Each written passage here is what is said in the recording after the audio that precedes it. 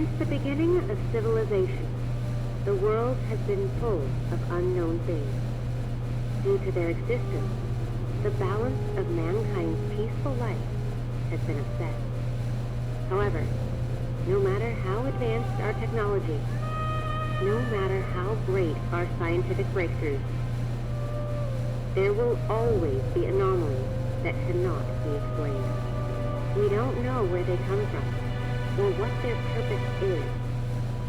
These questions plague mankind and affect our daily lives. It's because of this that we founded the SCP Foundation, an organization dedicated to containing anomalous items, individuals, and phenomena. The SCP Foundation is committed to maintaining the normalcy of the world so that people may live free of fear. While ordinary people live in the sunlight, we must fight anomalies in the shadows. We must prevent them from being exposed to the public so that people may live in a rational and ordinary world. We secure, we contain, we protect.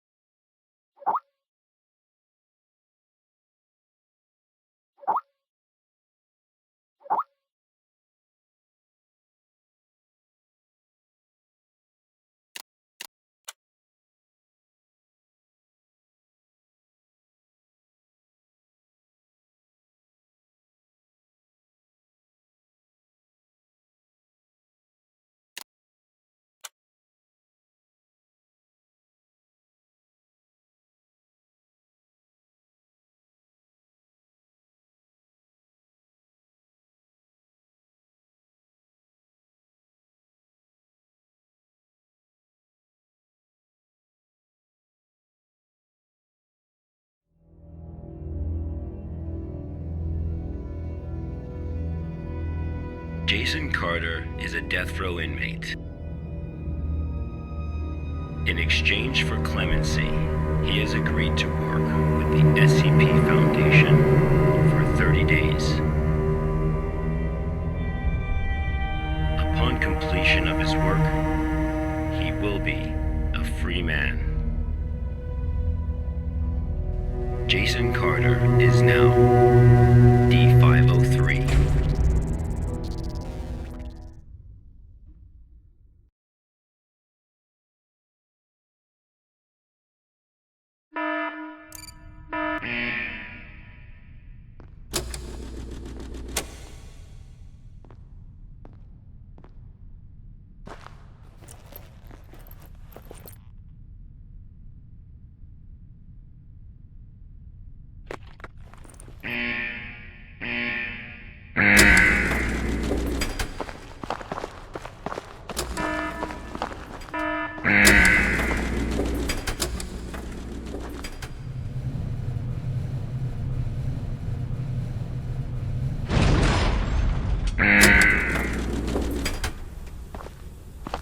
D503 was given no clear instruction of the task to be completed. He must find them out for himself.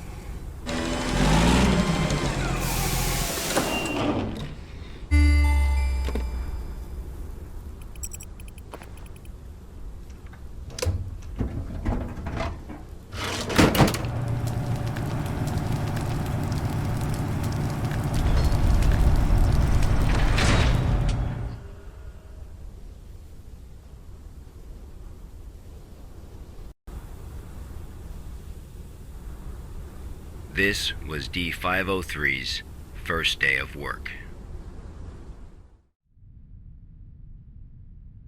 SCP protocol mandates that D503 now undergo a psychological evaluation.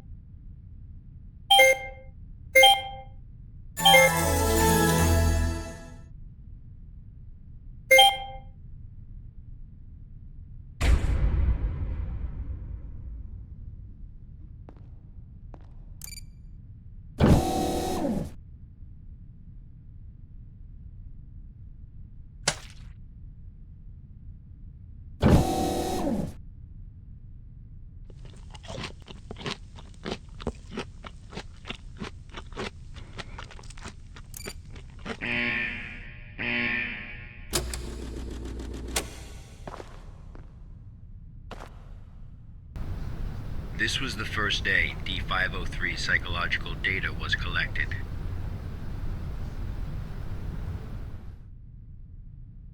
You're probably wondering, how can this job earn freedom for a death row inmate?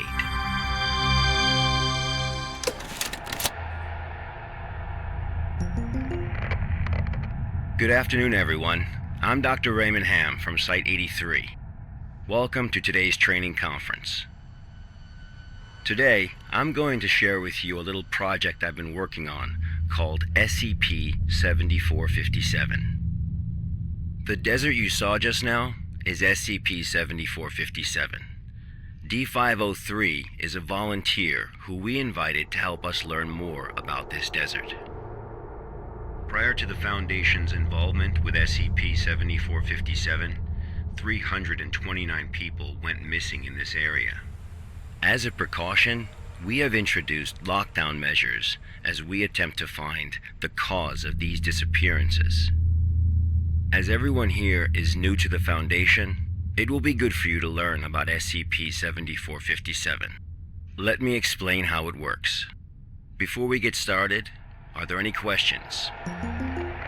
Dr. Hamm, I'm Will Barton, 3rd Special Squad, Site 86.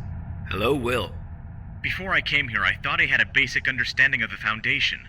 I've heard of these anomalies, but only in terms of human anomalies. I had no idea that SCP-7457 was a desert. How do we begin to make sense of this? That's a good question, Will. All the unexplained phenomena we are monitoring are being labeled anomalies. Human anomalies, regional anomalies, artifact anomalies, and various other phenomena beyond our control. The work of the Foundation is to isolate these anomalies and prevent the public from, shall we say, experiencing them? Okay, next question. Hello, Dr. Hamm. I'm Mark Harris, a research intern from Site 27. In the video, we saw D503 picking up garbage in the desert. Why did it do that? And what does this have to do with anomalies? Okay, Mark. What I can tell you now is that everything you see is part of SCP-7457. SCP anomalies can be a little difficult to understand at first.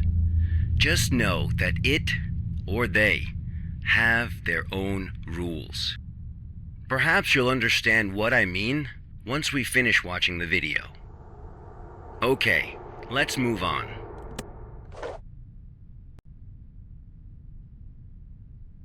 The first week was fairly normal. However, there was an interesting occurrence on the 8th day.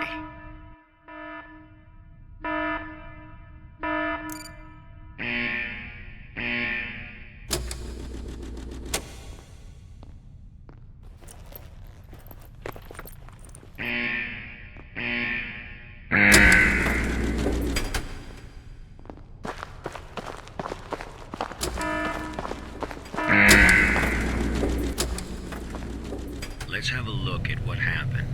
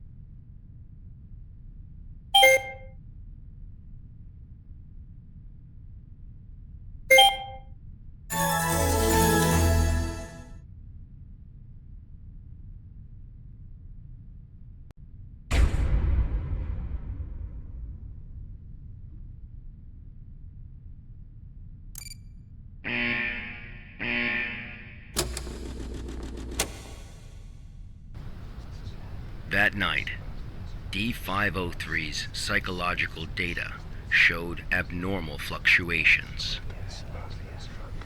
Analysis tells us that D503 is dreaming.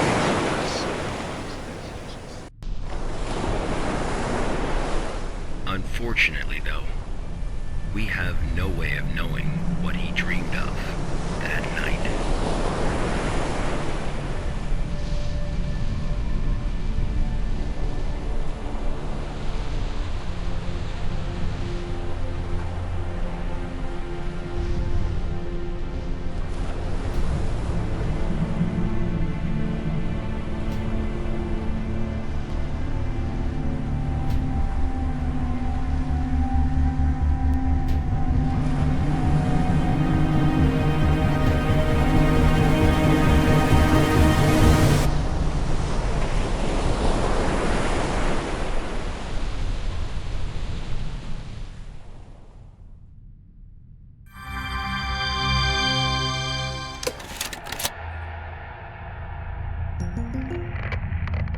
The 8th day marked a significant turning point, the start of SCP-7457's impact on D503. Are there any questions before we go on? Hello, Dr. Hamm. I'm Spencer Jones from the Special Operations Department of Site-21. Hello, Spencer. It's still unclear as to why D503 needs to pick up all of this trash. If you wanted to monitor his psychological response to SCP-7457, why not just leave him out in the desert? Why assign him these tasks when there are already psychological evaluations taking place? Okay, our analysis has indicated that SCP-7457 produces a new cluster of trash every 8 minutes and 37 seconds. If waste collection is not done regularly, all that trash may soon flow into our world. It is worth noting, though, that the quantity of waste created here pales in comparison to the amount produced by humans. However, it still has the potential to become a significant problem in the future. By assigning these tasks to D503, we can monitor his reactions while also containing the trash. There is another reason, but we will get to that one later. Is it not the case that the Foundation is exaggerating the importance of a minor issue before the issue is fully understood? Okay, everyone. I must emphasize that behind us is the general public, who are wholly unaware of any of this. Being meticulous and maintaining a serious attitude is essential at the SCP Foundation. Any oversight or underestimation of the enemy may result in disaster. Thank you, Dr. Hamm. I understand. Good. Let's move on. The effects of SCP-7457 on D503 became most obvious on day 15 of the test. Due to the conditions that day, we were only able to track his movements after recovering data from his radar. It was definitely a bad day, perhaps the worst, even for a death row inmate.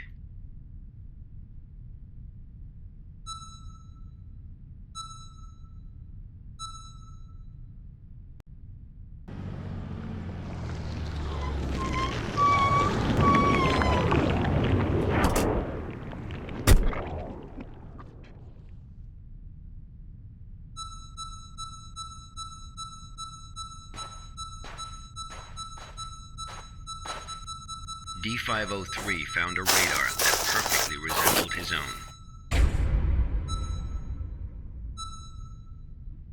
However, D503 didn't seem to think much of it.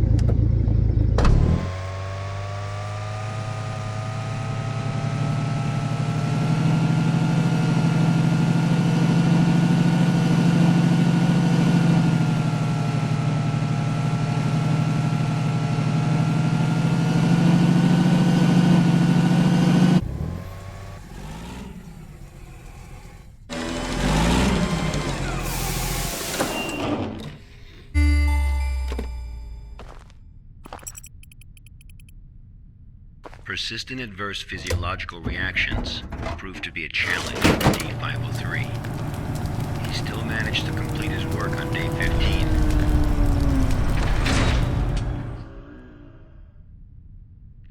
But then he encountered an incident.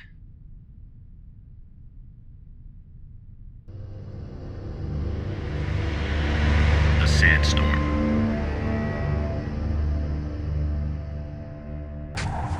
D503 walked in the sandstorm for a long time, but he couldn't seem to find his way back.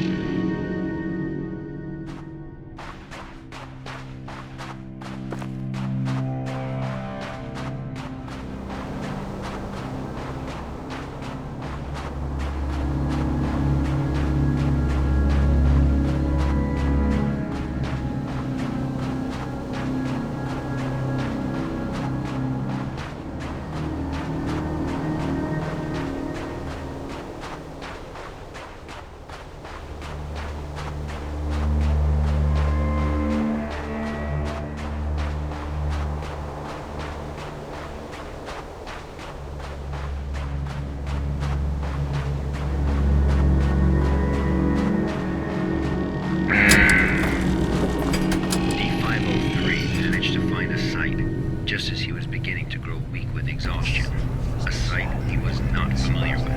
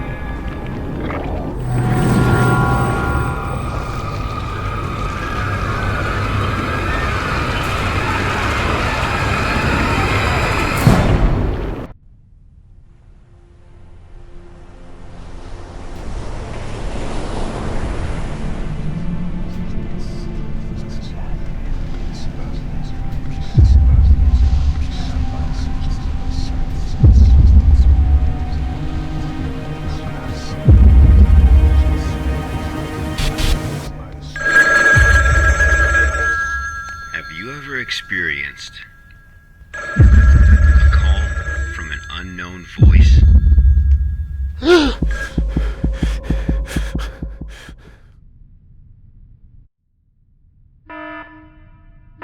Approximately 13 hours later, a visibly trembling D503 returned to Site 8. We immediately performed a psychological evaluation.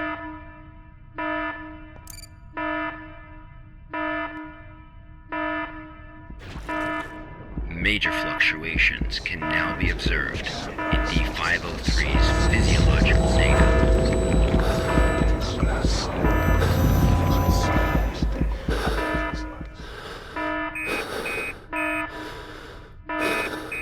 The results of the psychological evaluation were so troubling, we had to abort the mission.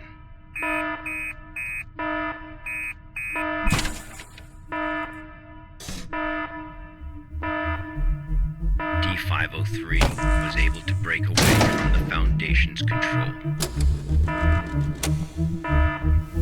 He has seen the test results of other Level D personnel who were analyzed at SCP-7457. That's right, none of the Level D personnel at SCP-7457 have ever been able to leave this desert.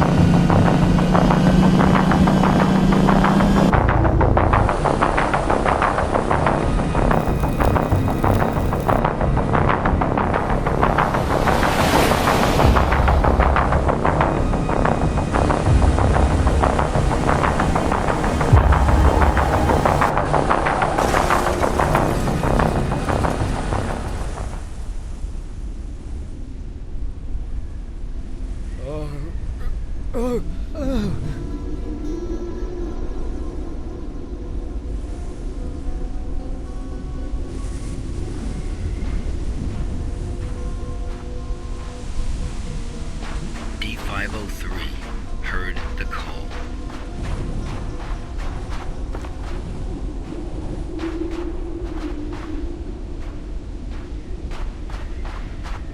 Humans often believe that their fate is in their own hands, that all choices come from their own free will. They don't realize that we humans form only a small part of this world. Out there, in the unknown world, we are as insignificant as a grain of sand in this vast desert.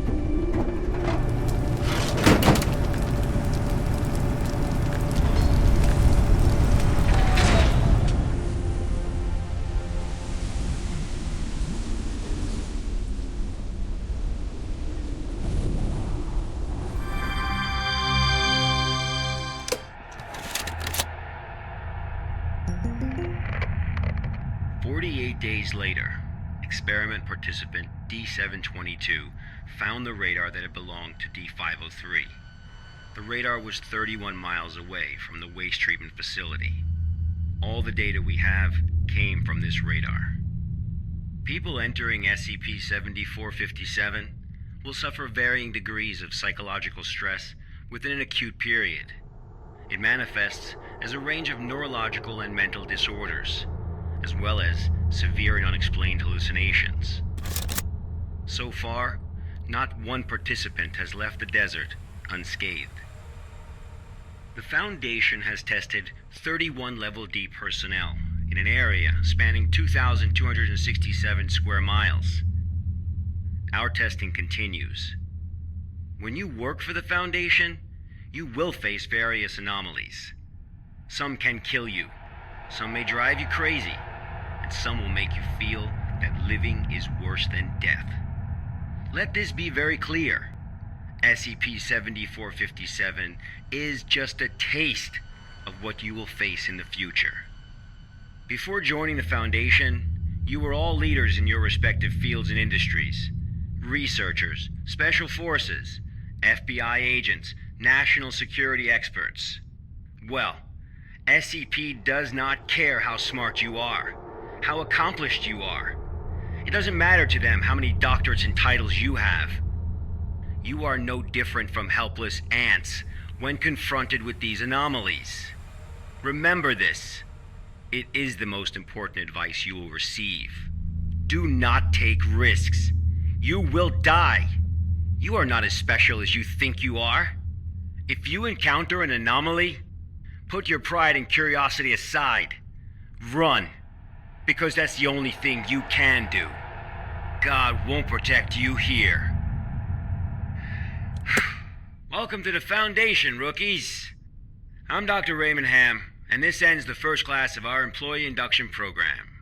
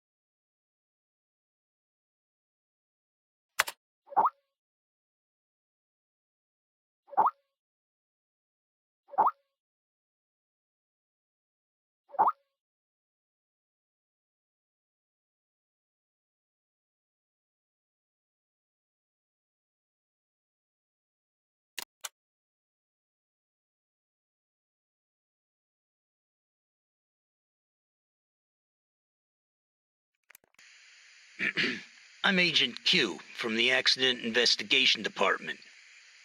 Containment breach occurred at Pony Station and contact with the Foundation has been lost. Agent Bella Lawrence was given orders to enter Pony Station and retrieve the black box. Following is a transcript of the interview with Bella Lawrence.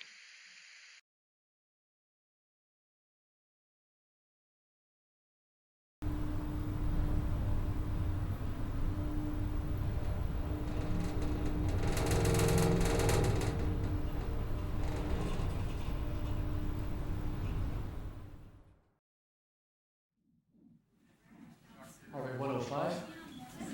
blood pressure of 175 over 110. Experiencing mild convulsions. Administer 5 milligrams of metapol to help control blood pressure. Bella? Bella?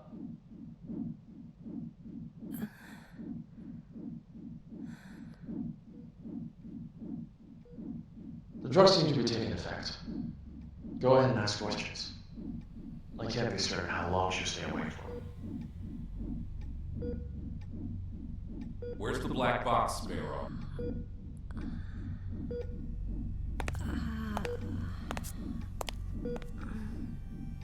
3 days ago, you were tasked with investigating the situation at Site 74, Pony Station. You were assigned to retrieve the black box. Now, out with it. Where is the black box?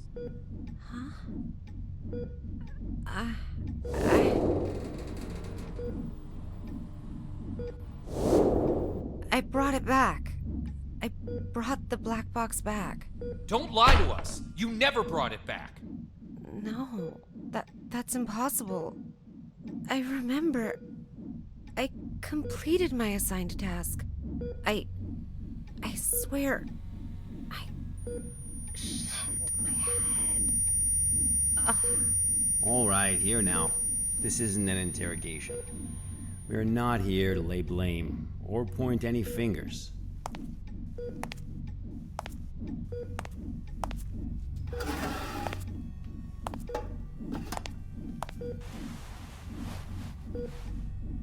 Bella, I'm terribly sorry to have to bother you in such a state, but it is critical that we find that black box. We need to know what happened at Pony Station.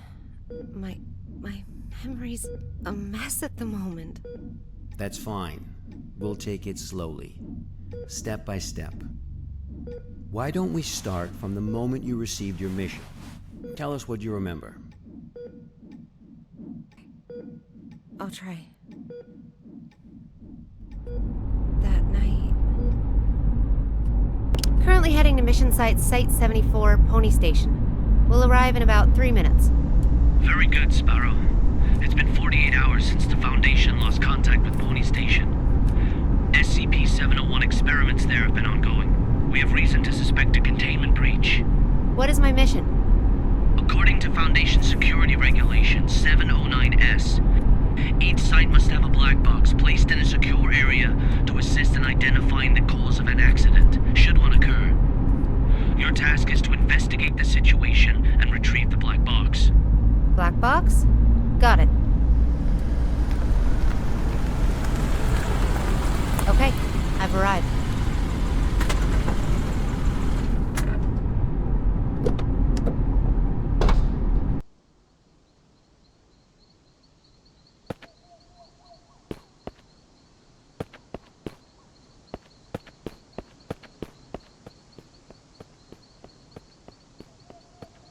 I'm able to observe the mission site from here, but it doesn't seem like one of the Foundation's secure facilities.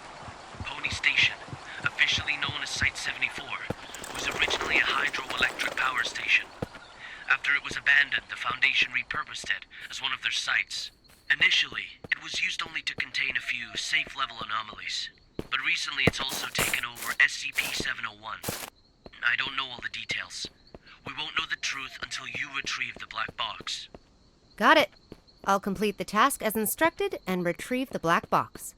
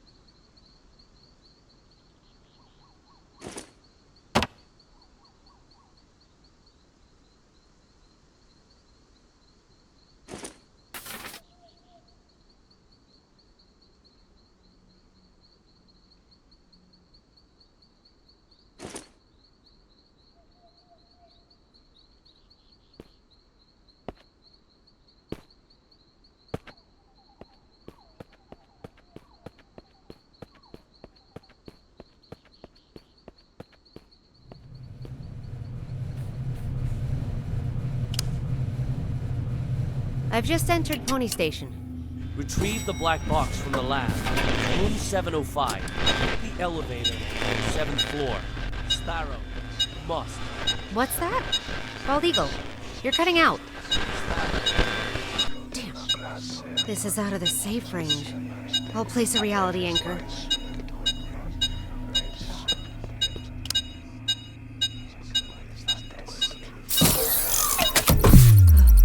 Okay. Much better.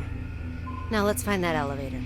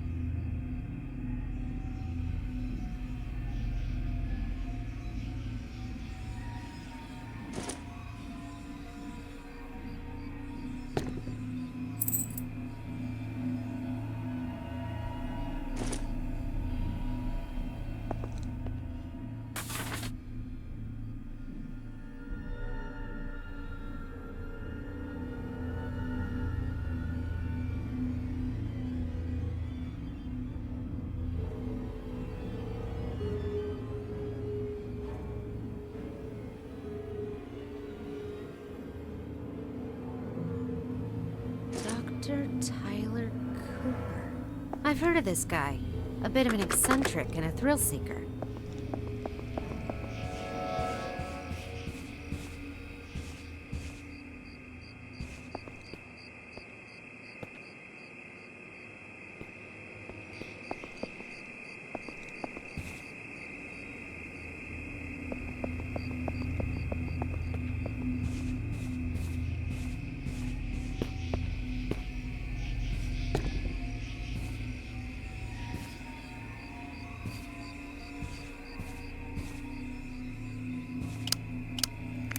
All the plans, including the project schedule that follows, have been disrupted. The actors of the whole site is theirs. They managed to procure a goddamn script from God knows where, and they've taken over my laboratory accordingly. And Dr. Cooper, or whatever his name is, in particular, he puts on airs every time the operation starts as if everyone should listen to him. Who does he think he is? I have to let him know who's the boss around here.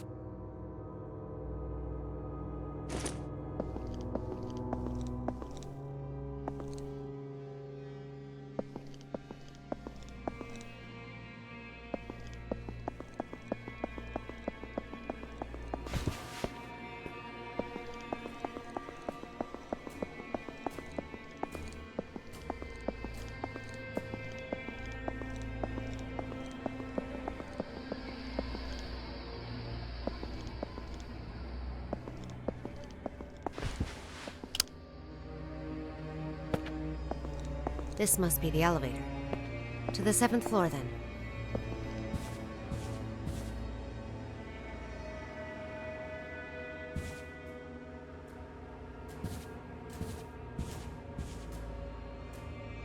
Blood we offered, the hanged king we served. I serve my king with my blood? Blissful suffocation, sacrifice of sin? What's this? Some kind of poem? Ah, my head. Ah.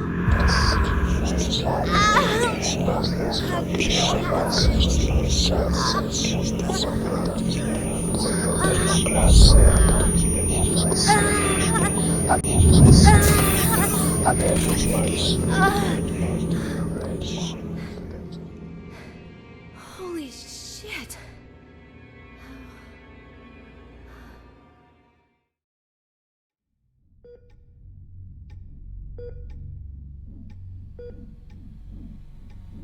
I'm very familiar with cognito hazards. I've been trained to deal with them. But this wasn't anything like that. I couldn't breathe. It was like there was a knot tied around my throat. I was weightless, hanging, gasping. No matter how much I struggled, nothing helped. That does sound terrifying.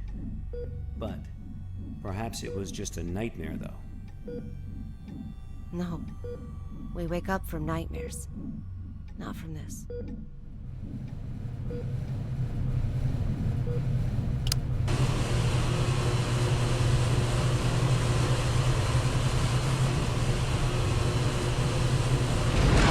Are you kidding me? It's even lower than before. But then it was the reality.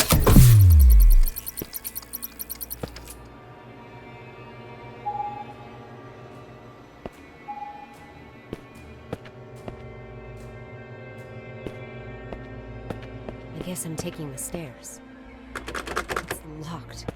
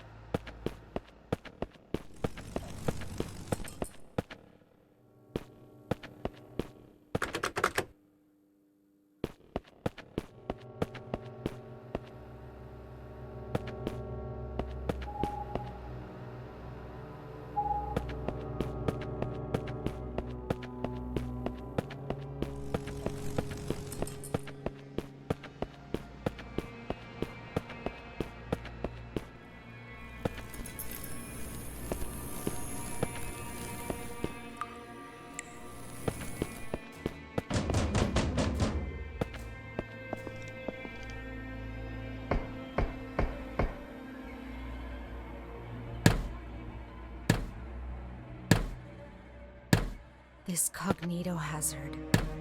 Could it have something to do with SCP-701? The situation here is much more serious than I expected.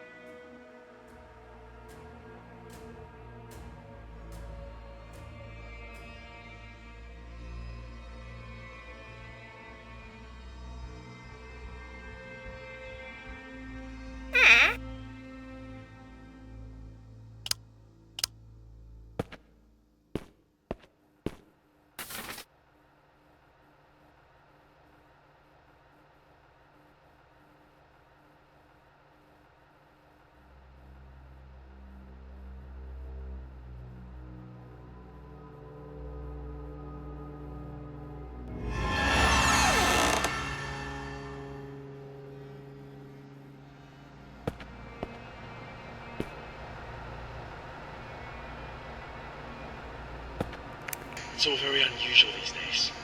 Many people have come to the site, but they haven't registered with the authorities. I've heard that Cooper and his team are rehearsing a script into a play, and that all participants are required to record their daily status. My experiment has to be put on hold because there's no one left to work on it. It's not right. I'll write an email to the minister and inform him of the malpractice going on here. Who's that?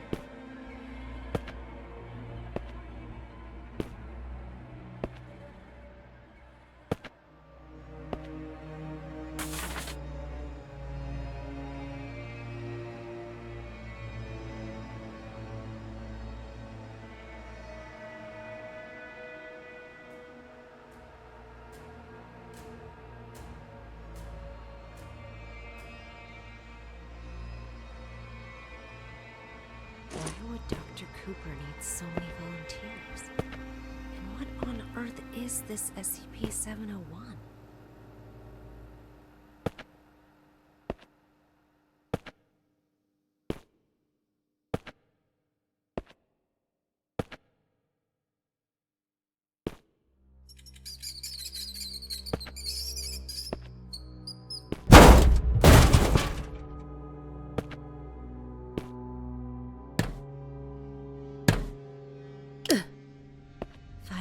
luck is on my side. This ought to get me to the 7th floor.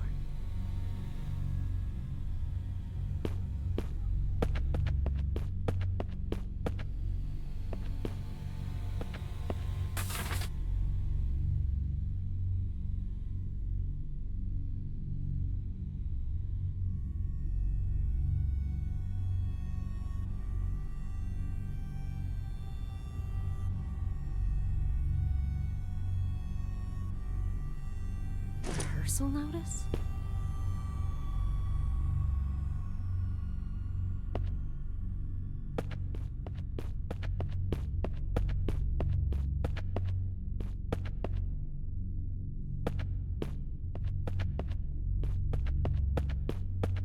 What the hell is going on here? 4th floor again?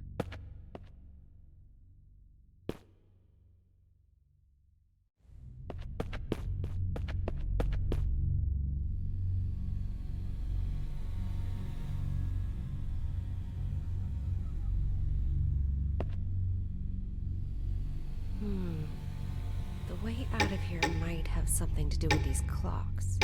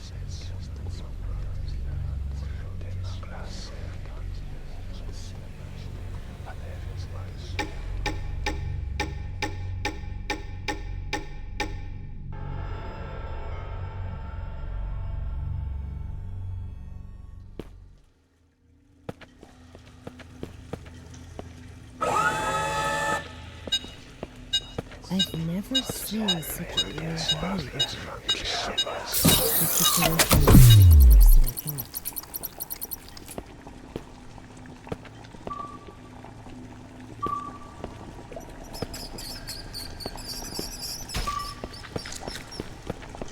Ugh, what is that smell? When was the last time I cleaned this place?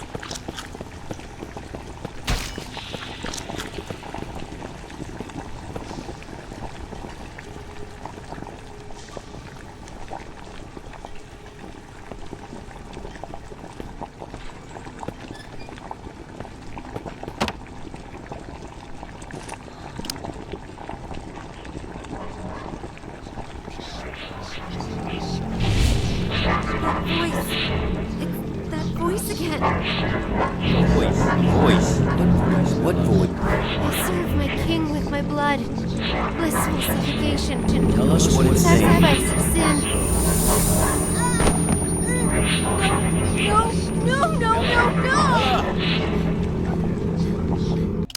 Bella, are you feeling better now?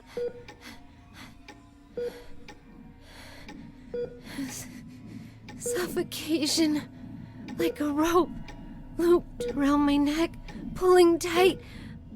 Weightless. Hanging. Nothing around me. Just my feet. Dangling. Struggling.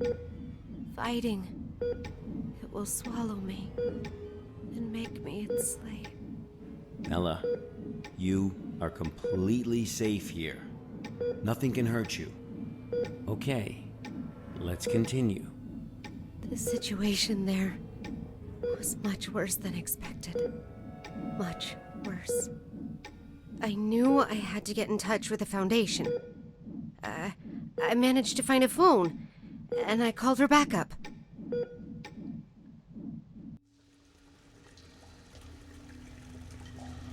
This is Sparrow, 09868, for Bald Eagle. I'm at Pony Station on the 7th floor.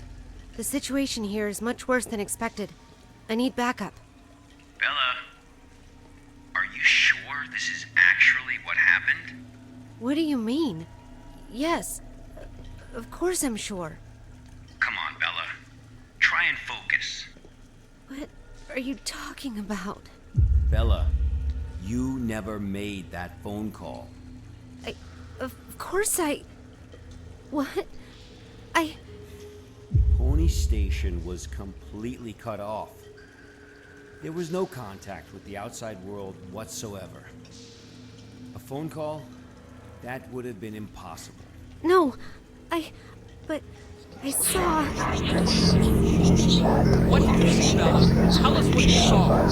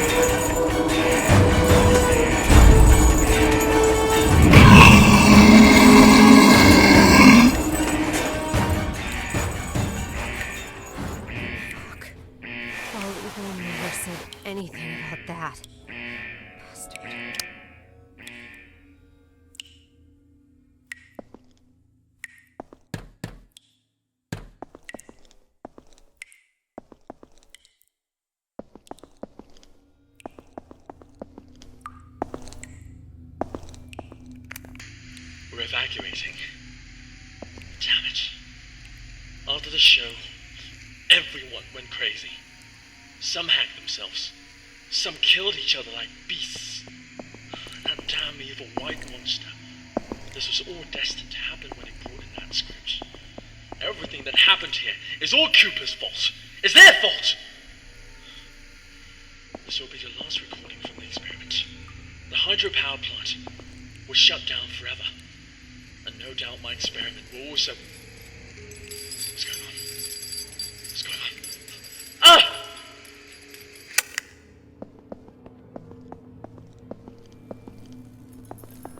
Looks like something bad happened here.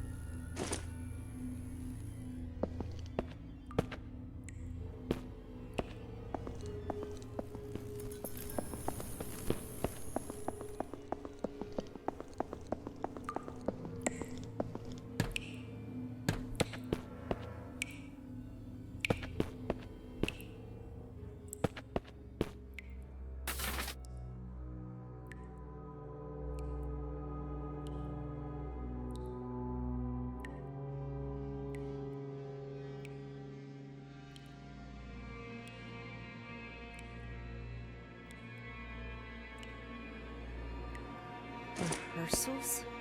A play? What is up with this SCP-701 experiment?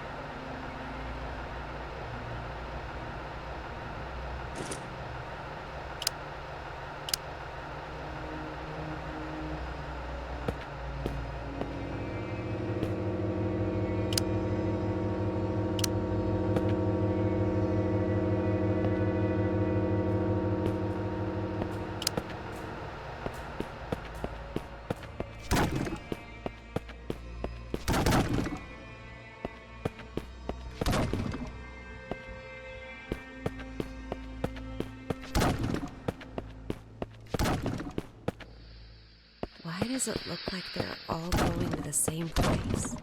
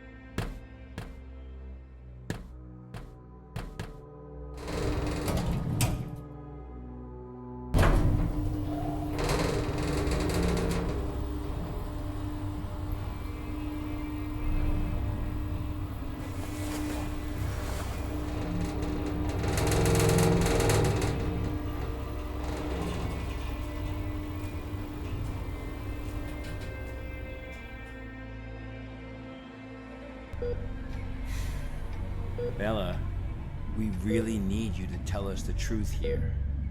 What do you mean? I'm telling you the truth. I completed my task. I retrieved the black box from Pony Station. Looks like the cognito hazards really did a number on her. What are you talking about? I'm fine. Bella, there was no black box in sight when we found you. That's impossible. I'm positive. I know I had it in the escape elevator. And there is no escape elevator in Pony Station. None of what you're saying adds up. But that's impossible. It's just impossible. Look at me, Bella. Try and focus. What really happened? What really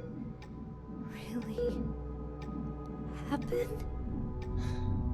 Bella, think carefully. I...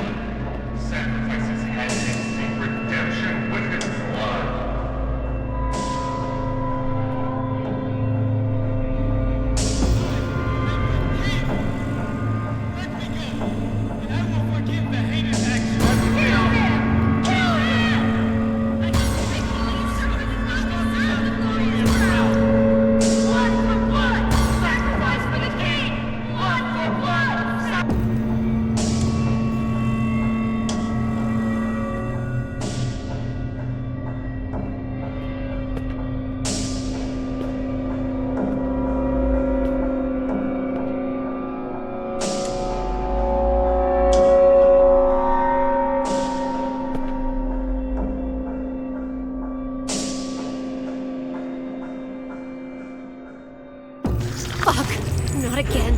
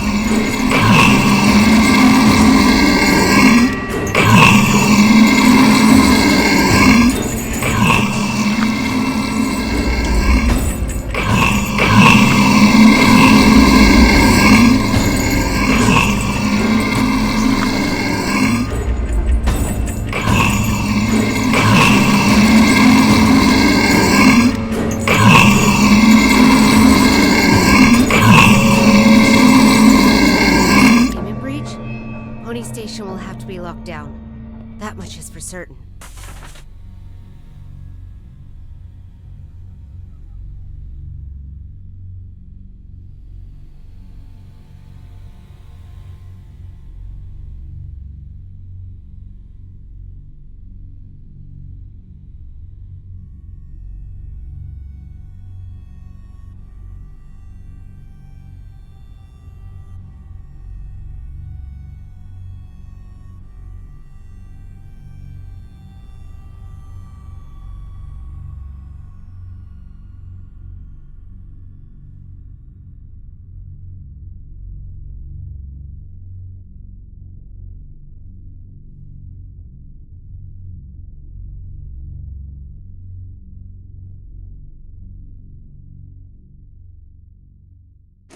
So SCP-701 is a script. One performance for all of Pony Station's England. Dr. Cooper, what have you done?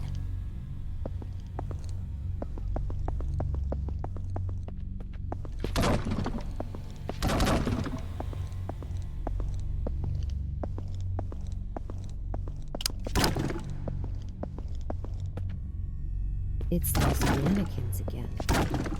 Where are they heading? But where have all those volunteers gone?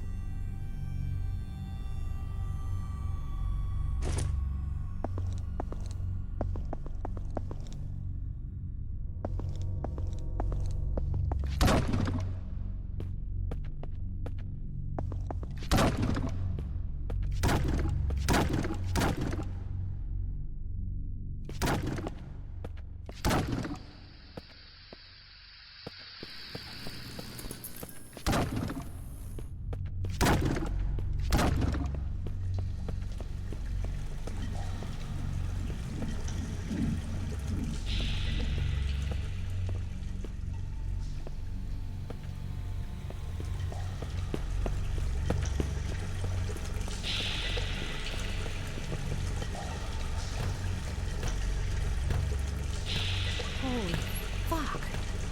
Guess this is the ending of their performance. SCP-701. The Hanged King's Tragedy.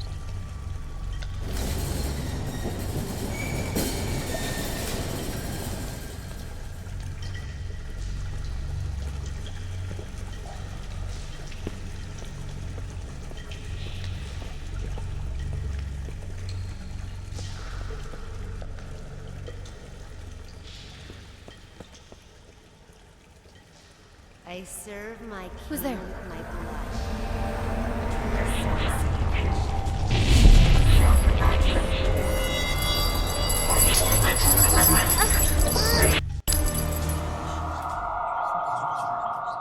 What the fuck?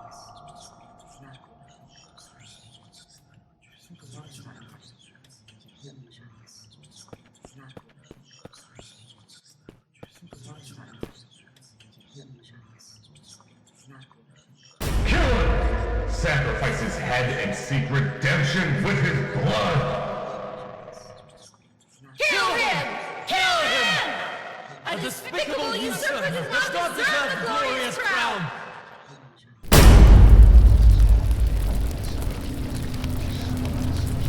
What the hell is going on? It's that goddamn cognito hazard again. I need to leave right now.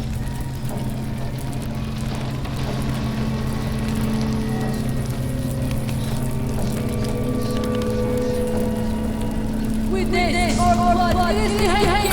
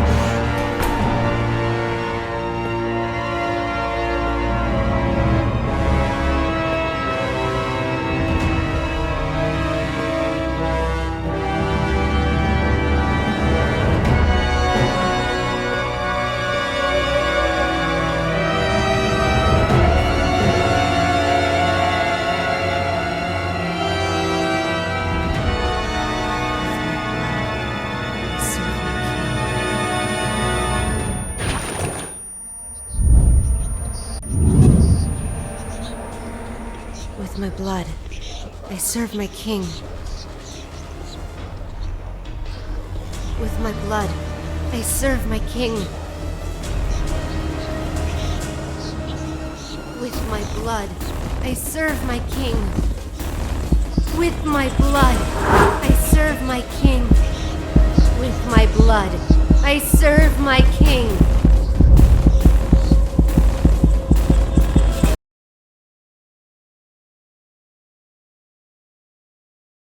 With my blood, I serve my king.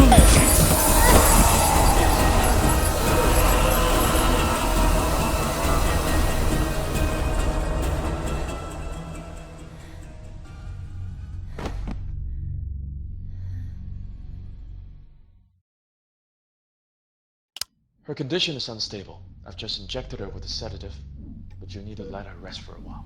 Thanks, Doctor. Well, let's go then.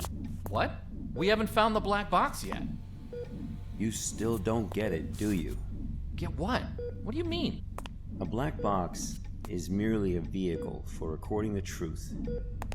But a black box isn't always a black box. You mean... That's right. She is now the black box. Got time for a cold one? Because our work here is done.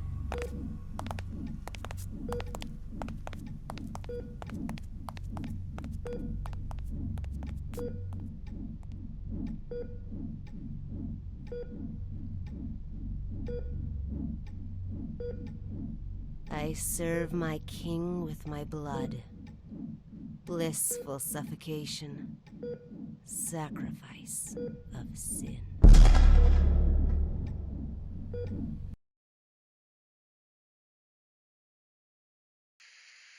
The black box has been properly contained at Site 105 and pending further investigation. Above is the full record of the inquiry.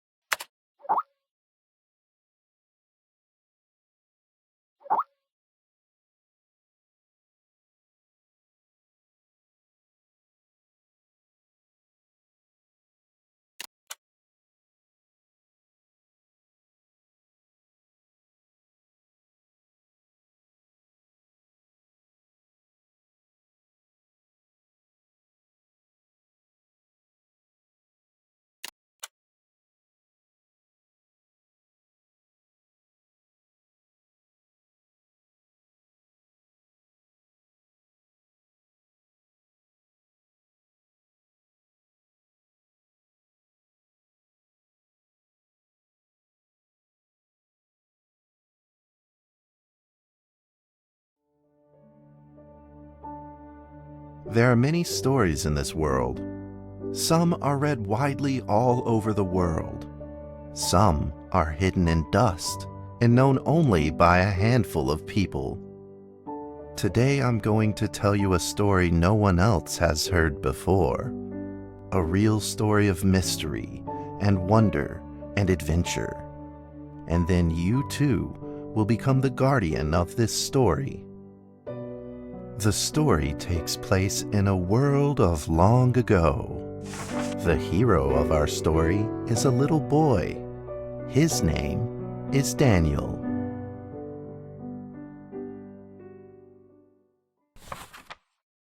One day, out of nowhere, Daniel got a serious case of chickenpox.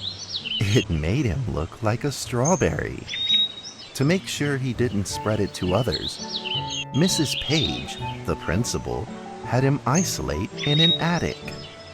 And so, in the attic he lived, all on his own. Mr. Daniel, while up here in this attic, you'll have plenty of time to practice your penny whistle. I hope you practice well and prepare for next month's art festival. But Mrs. Page, the melody is so difficult. Don't give up, boy. You don't give up before you fight.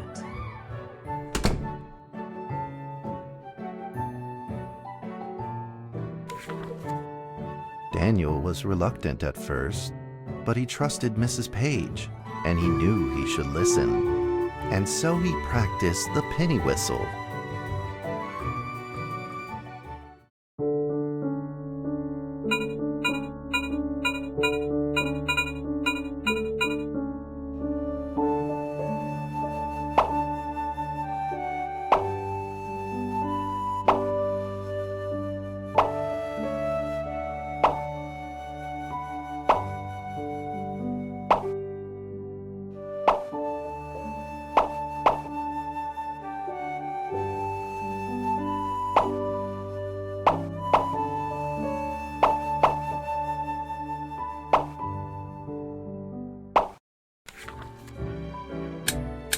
Suddenly, he heard some strange noises in the corner of the attic. Huh? Who's there? Daniel decided to go over and take a look.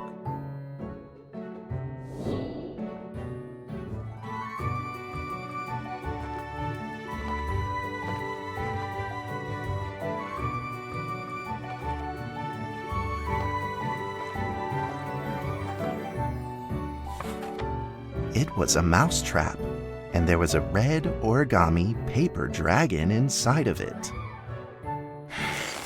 Daniel carefully removed it. It was marvelous and beautiful. The only problem was part of its wing was damaged. But Daniel found a way to repair it.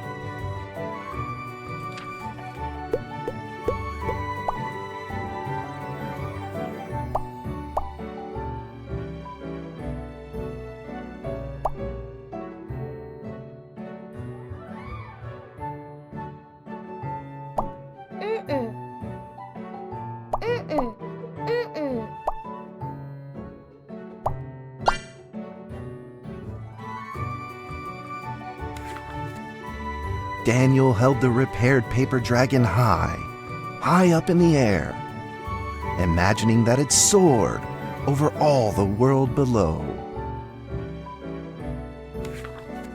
He played and played with the paper dragon. Wee! Woo!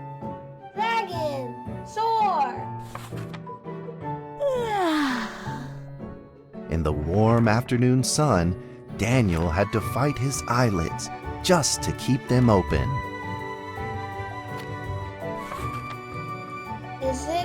Could it be? Or is this all just a dream? The next day, with boredom and loneliness weighing him down, he began to fiddle with the old radio.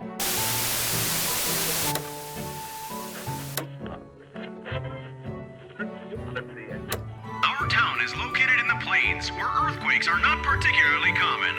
Although there are 17 fault zones around us, they are all inactive.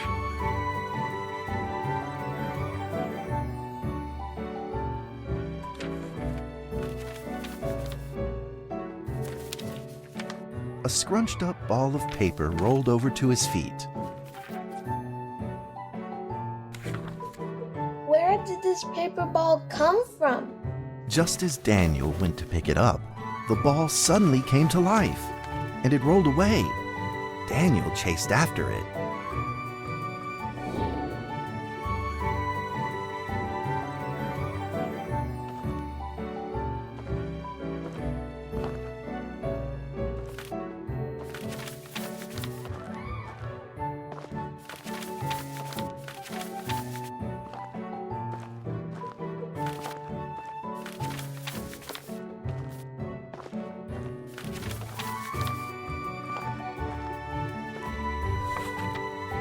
Just as he was about to seize the rolling paper ball, suddenly, terrible sparks erupted from it. Before his very eyes, the paper ball began to grow, bigger and bigger. At that moment, a red figure suddenly appeared. The red figure quickly subdued the paper ball and threw it into a cardboard box. Daniel studied the red figure carefully. It had a sticker on its fluttering wing. It was the paper dragon. I wasn't dreaming. Thank you for saving me. Daniel was grateful and very happy. He walked closer to the paper dragon, but the paper dragon seemed timid and afraid and backed away. Just then, Daniel had an idea. He took out his penny whistle and slowly played a tune.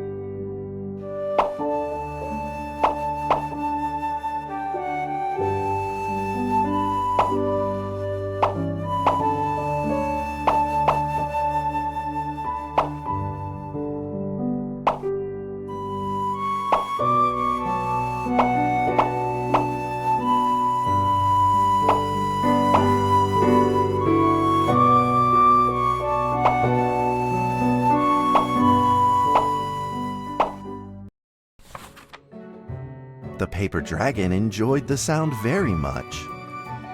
It began to move along with the rhythm, flipping up and down in the air. Soon the two were playing and dancing, just like old friends.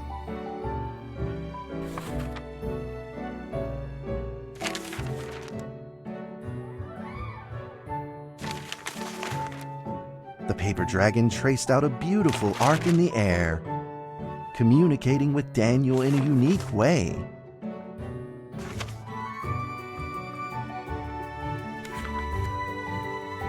My cherished friend, after many long years, we finally meet again. Tell me, how has your family been? A great thank you for playing that music for me. You know how I love the beautiful rhythm of that instrument. But we ought to take precautions, as the room is not stable. Do you still remember how the room works? You're welcome to visit anytime. The piece of paper then changed back into the shape of a paper dragon and flew into the cardboard box. The box closed shut, and a calm silence was restored to the attic. Daniel rushed to find a watercolor pen and marked the box with excitement in his fingertips.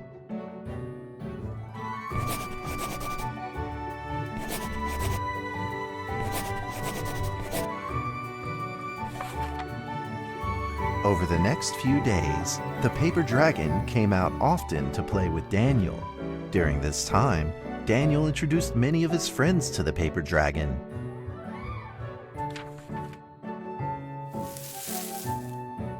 That cat's name is Mrs. Carter. Ever since I secretly fed her some fish for dinner, we've been good friends. That's Duke, Mrs. Jessica's pet. He doesn't like rainy days, or Mrs. Carter. Only smoked sausages for his taste. And now, we are friends too. My name is Daniel. What's your name? The paper dragon flapped its wings, as if it didn't understand him.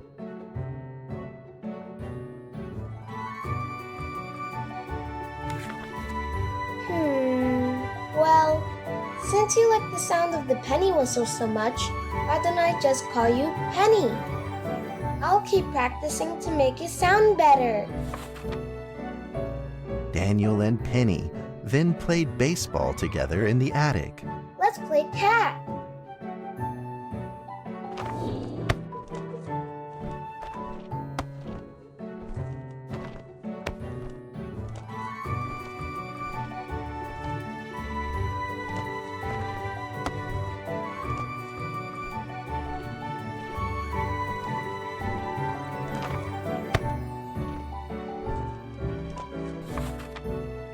But just as they were in the middle of enjoying themselves, a violent shaking suddenly rose from the ground.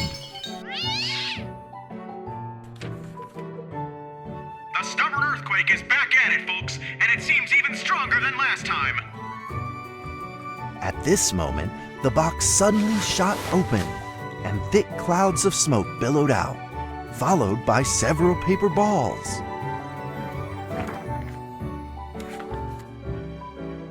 Penny attacked the paper balls without a moment's hesitation and promptly threw them back into the box. Penny then flew around in front of Daniel and rushed right back into the box. As the box closed, the earthquake stopped. Facing a friend's farewell without a formal goodbye, Daniel felt confused and lost. He moved the box to the center of the attic. Facing it, he practiced his penny whistle day in and day out.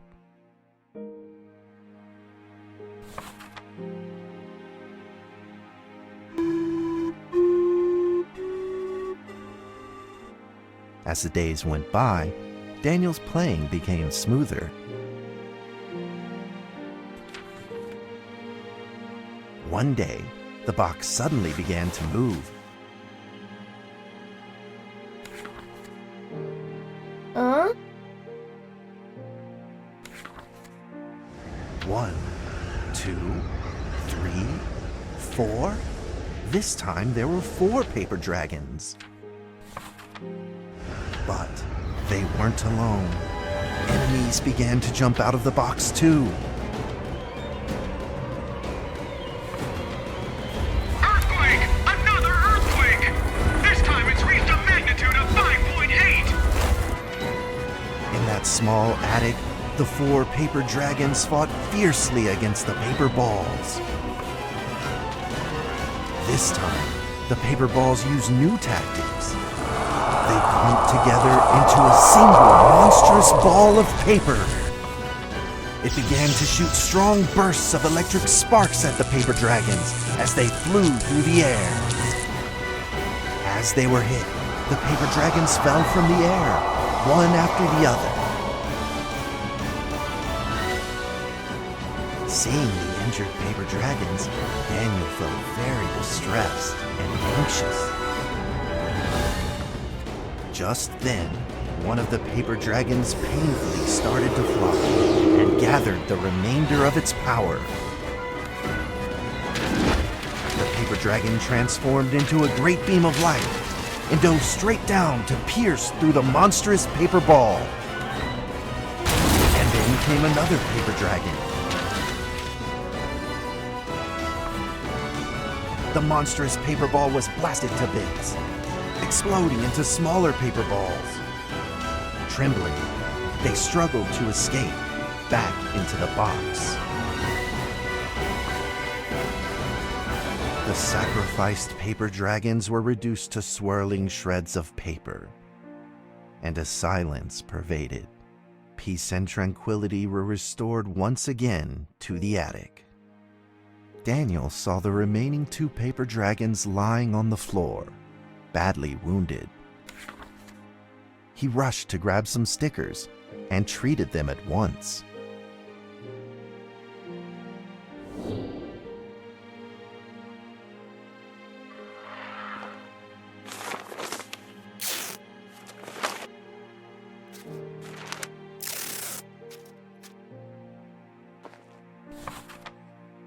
Suddenly, countless paper dragons began to gush from the box.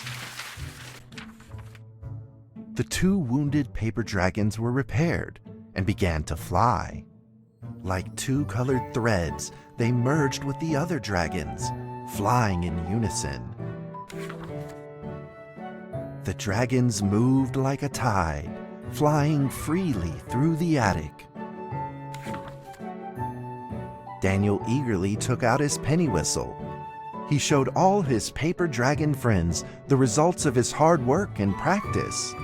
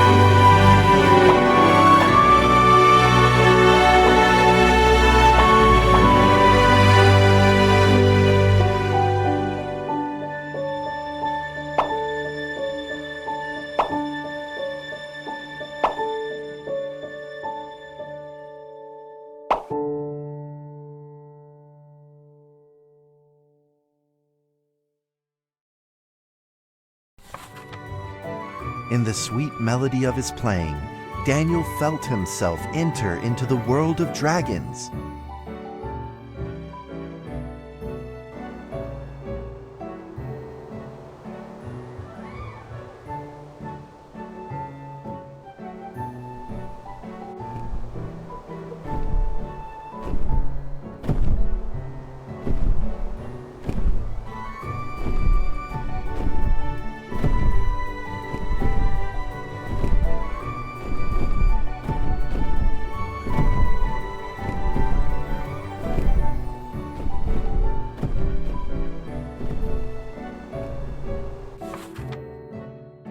The paper dragons merged into a long letter and floated down towards Daniel to tell their story.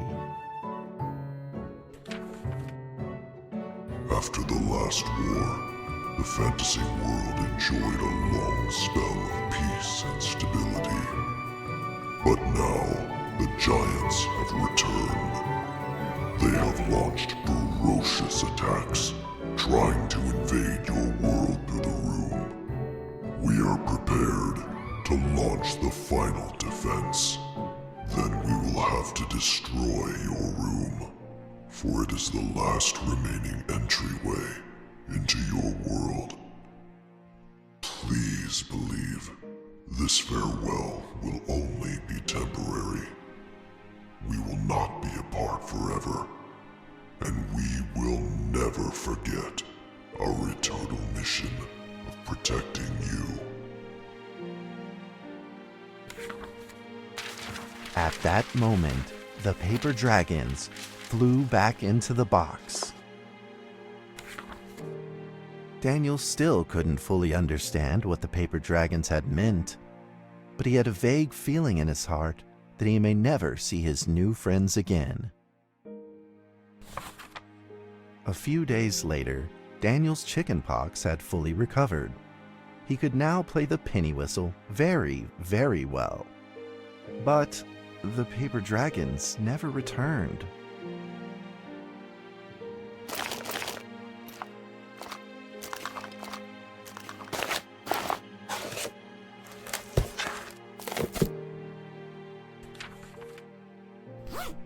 Maybe it was time to leave and move on.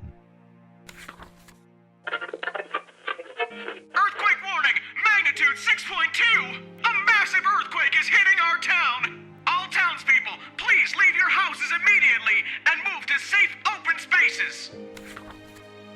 Just then, countless paper dragons shot from the cardboard box. However, it seemed like they were under attack, spinning and falling through the air in confusion. What's happening? Daniel quickly grabbed the stickers out from his bag and did his best to heal the injured paper dragons.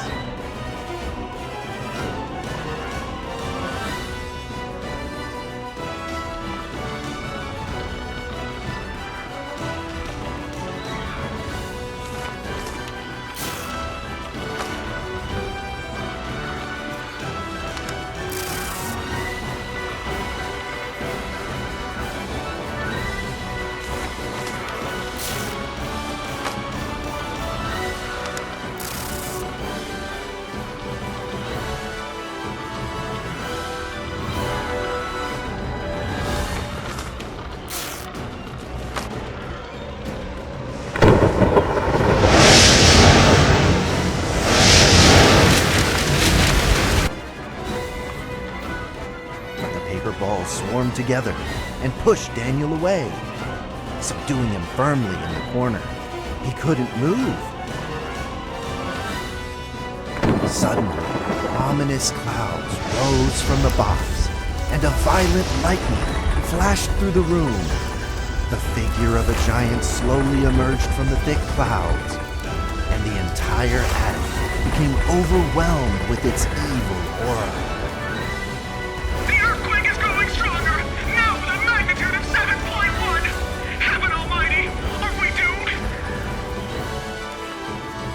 The giant unleashed its power maniacally. The paper dragons struggled against it, with no means of fighting back.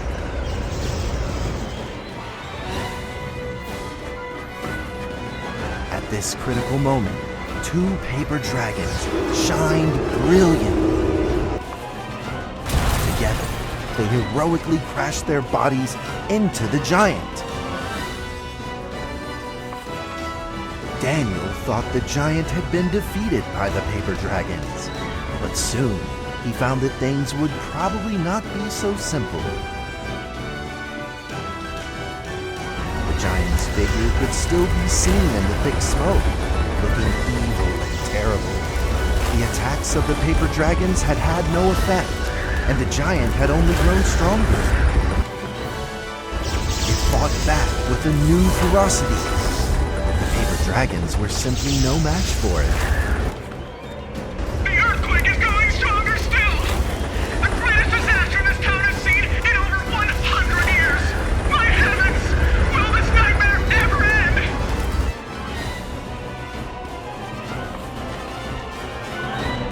With the paper dragons now all but defeated, Daniel spotted a frail figure in the distance. It was Penny. It flew gently in front of Daniel and affectionately rubbed its head against his fingers, as if this whole crisis had never happened. Daniel felt like Penny was trying to tell him something, but he didn't quite understand what.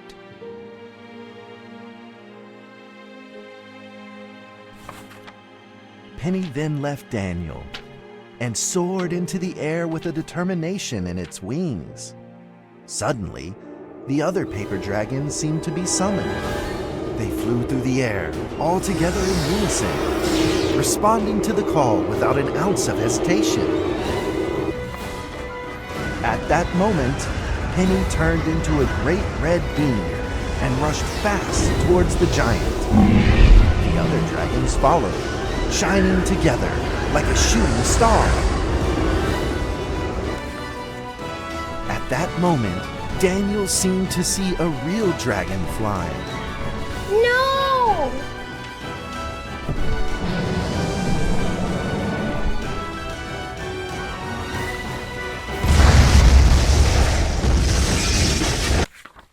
A huge explosion from the impact drowned out everything else in the attic. The attic rained down with countless pieces of paper, the leftover scraps of the paper dragons. Daniel wanted to collect all of the pieces. He thought he could still fix them.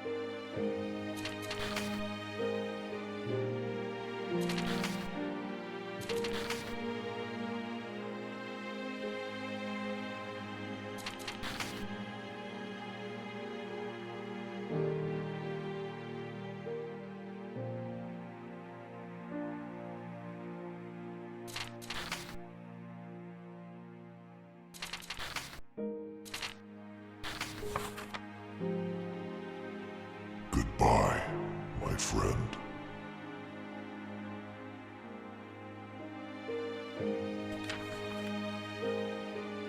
The nightmare is over. The earthquake has stopped. With God's mercy, our town is safe. We thank you, Lord, for your protection.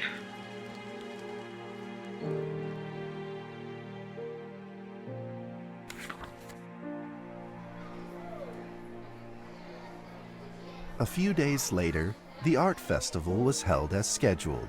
Daniel attended the show with his penny whistle.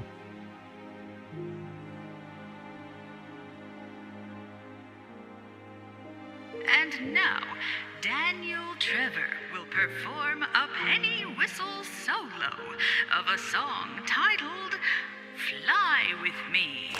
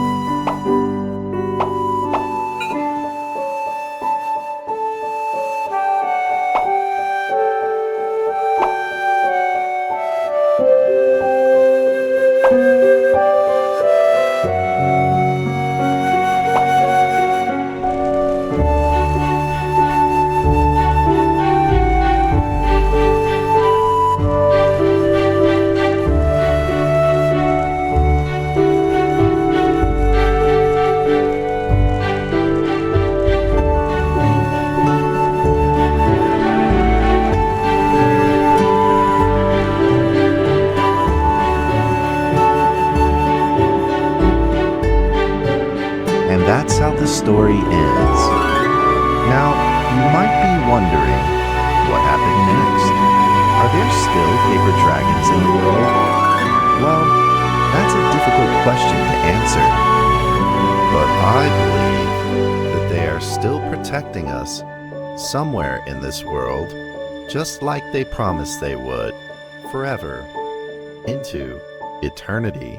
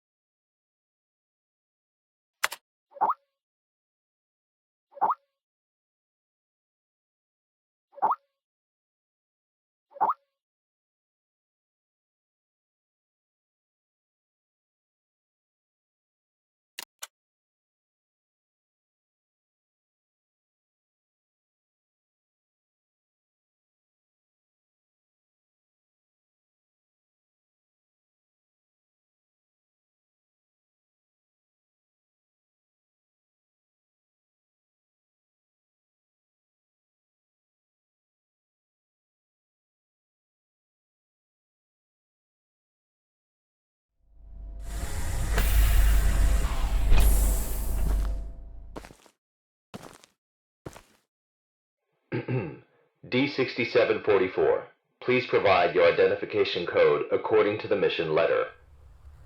4 and 20 blackbirds. Tell me, Doc, when was the last time this rag on my head was washed? D6744, According to the 7th edition of the Security Regulation Amendment, you must first provide your identification code. Otherwise, you will be executed. Alright. 4 and 20 blackbirds baked in a pie. You're a real fan of these formalities. Everything's got to be right by the book with you. Oh, God! Fuck! Mike Donald, Consciousness Intrusion Expert, former leader of MTF UP2, codename Spider. Now, Level D personnel, number 6744. Enough with these damn formalities. Just what the hell you want me to do? D6744, do you know about the Witch Plan? I've heard the name, that's all. The plan is under the direct command of O5. Every last detail of the plan is protected by the strictest confidential terms. So what? D6744. What you're about to witness is top secret information of the Foundation. The hell is going on? A few hours ago, something went wrong with the Witch Plan experiment. The energy of the human anomaly, SCP-239, is out of control and has begun diffusing outward, disintegrating everything it touches. You guys seriously never cease to amaze me. SCP-239 is now a ticking time bomb. She could go off at any moment. D6744, I need you to enter the consciousness of SCP-239 to stop this bomb from exploding. The neural key is fully charged and ready to enter the target consciousness space. Begin the program. Consciousness begins to link. Start the countdown. D6744, 5, we don't have much time left. 3, Wait! 2, Wait! incise.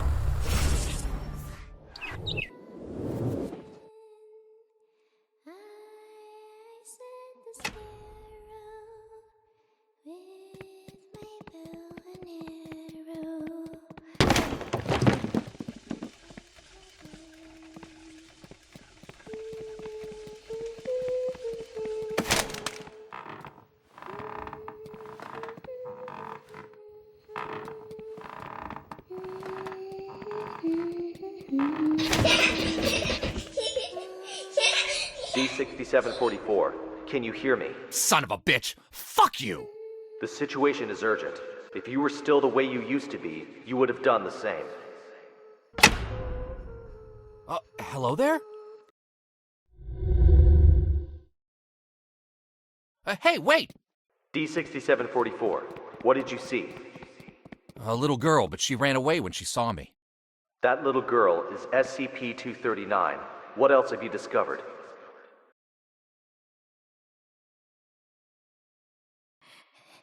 Sorry. I'm sorry.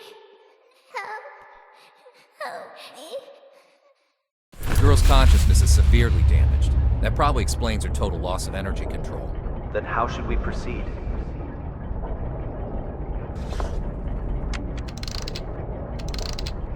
I'll have to enter her preconscious. If there's a solution to this, it's gonna be in there. Good. D6744, you really are the right person for this mission. D6744, I must remind you, SCP-239 is no ordinary girl. She is uniquely dangerous. Do not forget. Yeah, I got it. I'm dangerous too, don't forget. Brainstorm, whisper, butterfly, garden, activate, wings, fan, passion, French, resin, roarer, ladybug, time clock, summer, verb, movie, snake, cry, turkey, eagle, 16, eternal blood, science, red, sleep, stone green, touch, move, anxiety, close pain, lust, ladybug, time clock, summer, verb, movie, snake, cry, turkey, eagle, 16, eternal blood, science, Zeus, rainstorm, whisper, butterfly, garden, activate, wings, fan, Passion, French, Reservoir, Red, Sleep,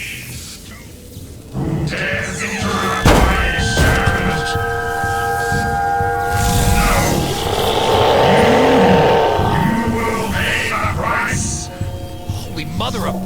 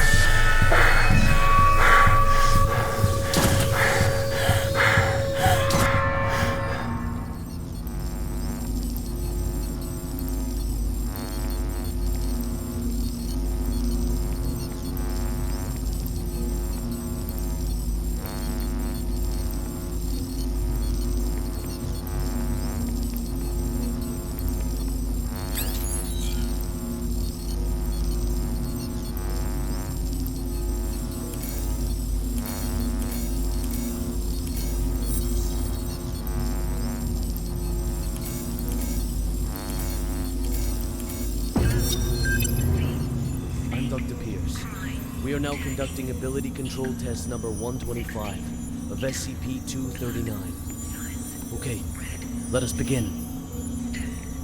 First, set voltage strength to 30 kilovolts. Power on. SCP-239. Move the target object to the designated location.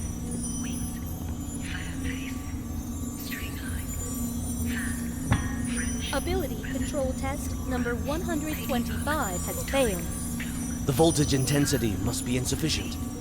I'll need a new test site, along with new equipment that can handle a greater voltage load.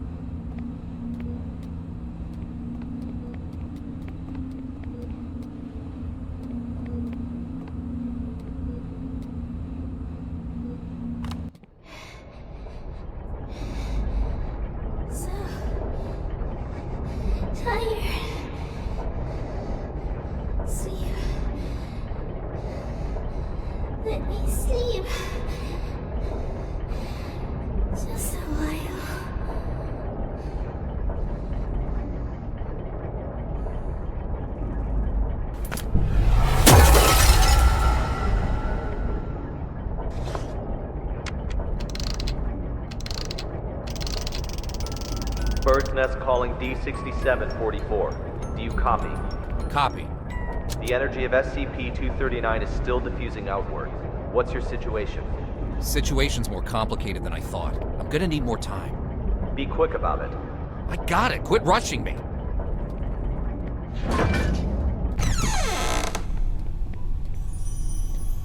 Have you heard? Heard what? O5 is displeased with the slow progress of Dr. Pierce's experiments. They've appointed a new director to take over the project. You sure it's not just a rumor? Today's morning session was chaired by Dr. Pierce. It's true. Trust me. If I'm being honest, I don't really like Dr. Pierce. Something about him, just gives me the creep. He's coming. Stop.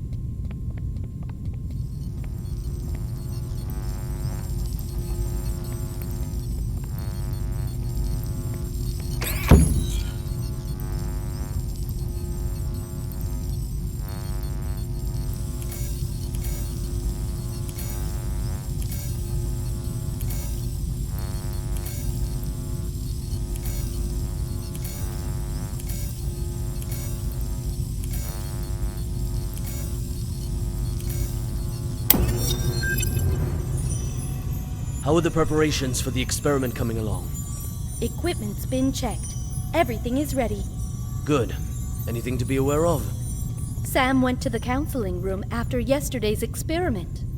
Give him an injection of amnestic agent, and let Arthur take his place.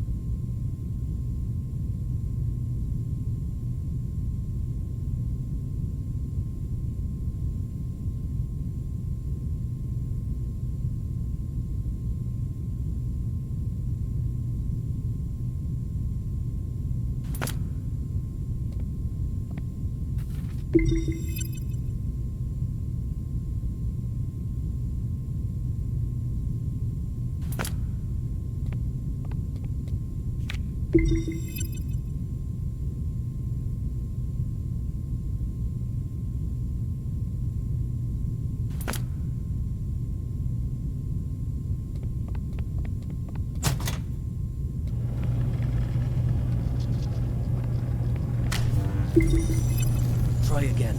Set voltage strength to 250 kilovolts. Dr. Pierce, the heart rate of SCP-239 has now exceeded 160. Her physiological indicators are quickly approaching their limits. Perhaps we should consider pausing for a while. Continue.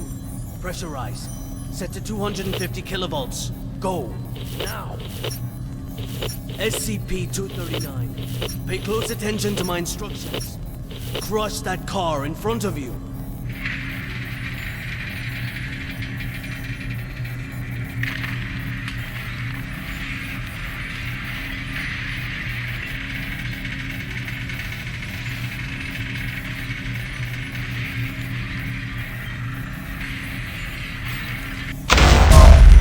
What's the meaning of this? Sean Pierce. Violet. Long time, Sean. What's it been? 7 years? I've got no time to play catch-up with you. Not a great first impression you're leaving either. Barging into my lab and interfering with my experiments. According to Foundation security regulations, I could have you detained, you know. Still the same old temper. You haven't changed one bit, Sean. Well, if you want to talk business, then let's talk business. You should have a look at this first. This is... No. This is O5's mandate. Effective immediately. Which plan and all SCP-239 experiments will be led by me. No, that's... No! This is a mistake! It's not possible! Don't take it personal, Sean. The simple fact is that the development of SCP-239 is moving too slow. They want a more ambitious approach. A new process, if you will. A new process? What new process? Just what do you know about process? Please, Violet, enlighten me. Sean, let us end our bickering with this. Victory comes to those who fight, and to those who last.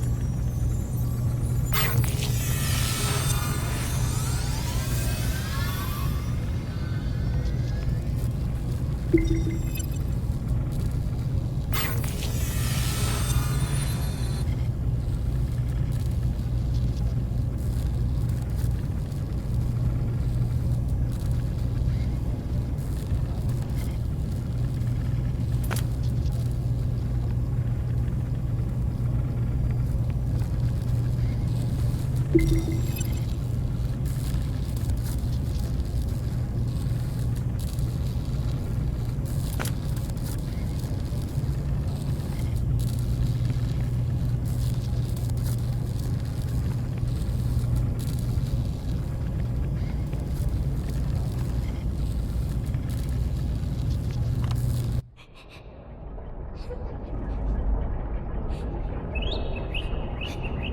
are you? Are you here to play?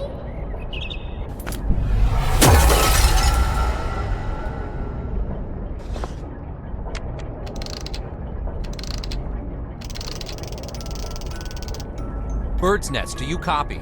Copy, loud and clear. Just what exactly is Witch Plan? That's not your concern. Focus on the mission at hand. Stop the spread of energy diffusion released by SCP-239, and do it quick. Yeah, sure.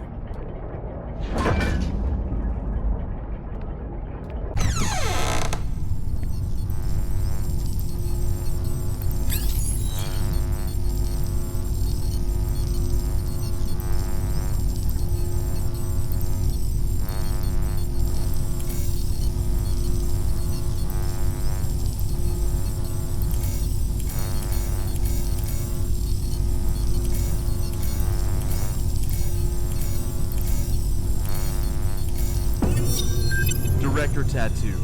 The storybooks and toys we ordered have arrived at C3 Warehouse. Good. How's the containment room remodeling coming along? The bed and daily necessities are all in place. The demolition of the ARB potential development plan will be completed next. Good and good.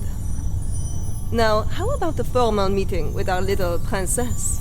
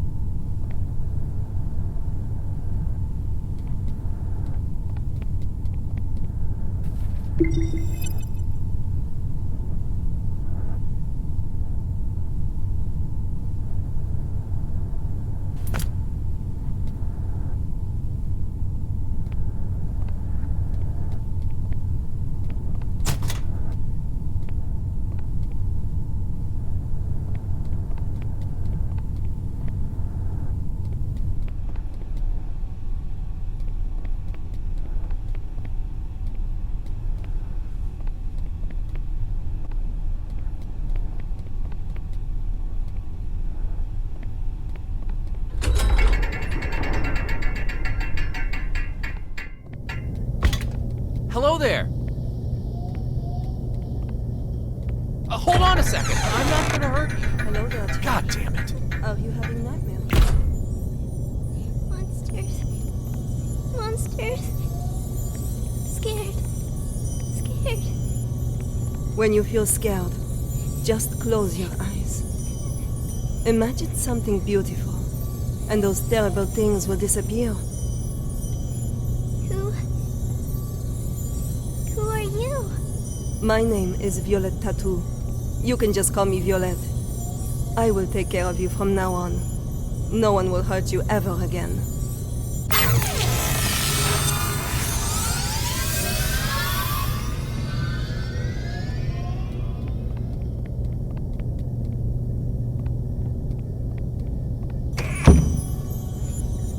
All right. That's it for today's bedtime story. We'll have a little test tomorrow. You need your rest. Afraid. Sleep. Nightmares. SCP-239, are you afraid of having nightmares again? Yes. Afraid. Just remember what I told you. When you feel scared, just close your eyes. Imagine your little friends in the stories all running out of their books to come play with you. Then you won't be afraid. Get some sleep now. Remember to imagine those beautiful images. Close eyes. Imagine. Imagine. Beautiful images.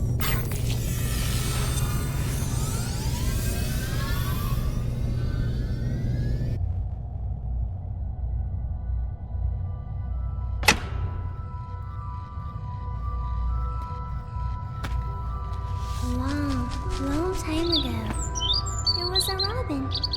It wanted a home of its own. But what should a home look like? It decided to ask other animals.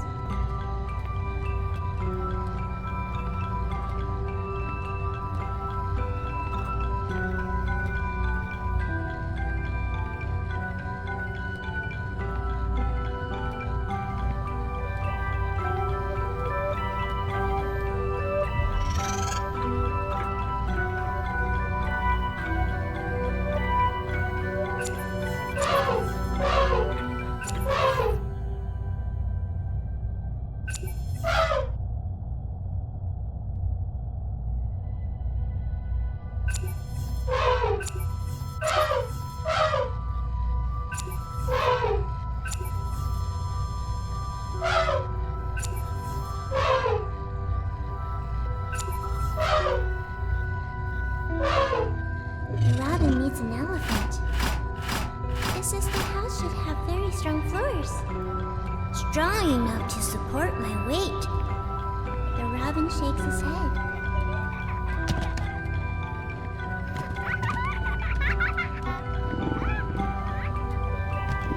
The cheetah stops its hunting.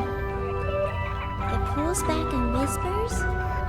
There should be beautiful spotted curtains to block out the harsh sun. The robin shakes its head again.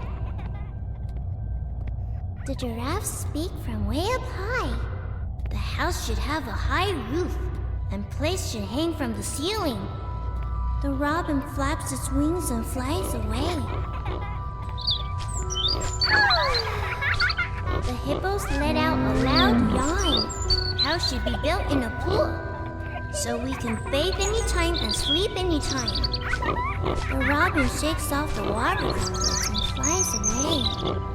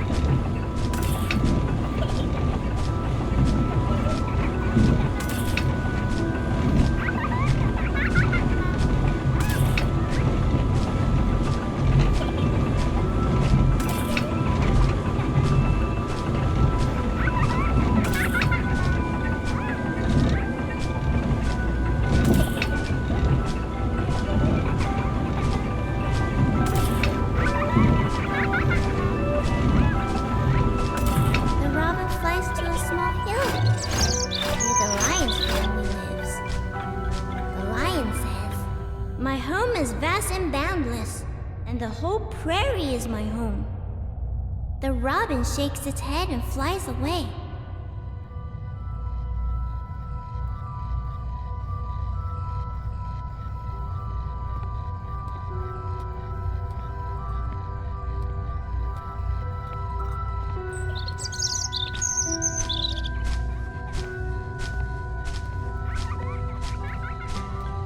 flies and flies, and finally it lands on the back of a rhinoceros. The rhinoceros says, "Everyone travels with all sorts of strange questions inside, but after traveling far and long enough, the answer that everyone finds is that the truth is not far, for it lays within our very hearts." Robin, what kind of home do you want? The robin says, "The home I want is..."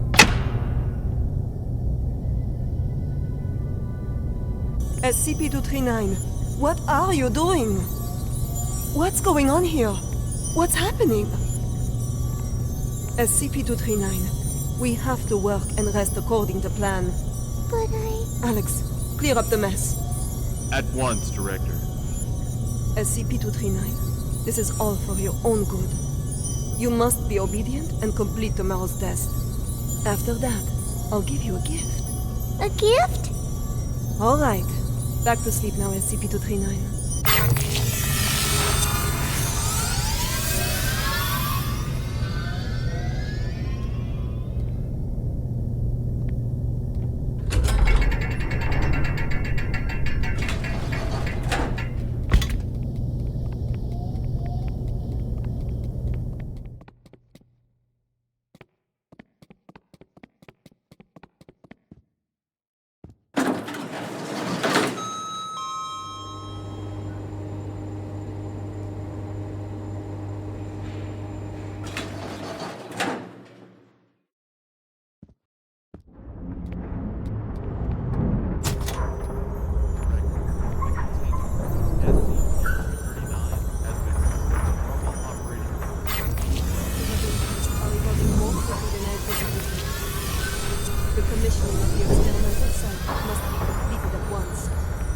The formal presentation is next week.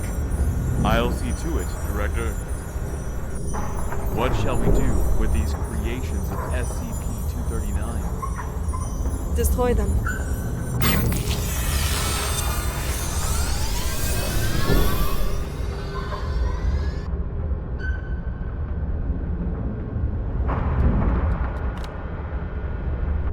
A gift for me. Happy!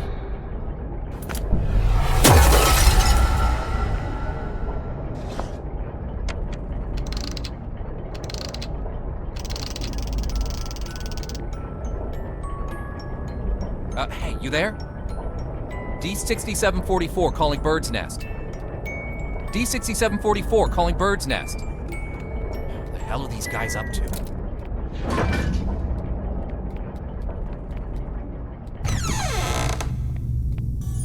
Director Tattoo, the experimental site has been fully prepared. The report may begin at any time. Excellent. If today's experiment goes smoothly, I will have full control over which plan. Go, check again to be sure that everything is in place. There can be no omissions. At once, Director.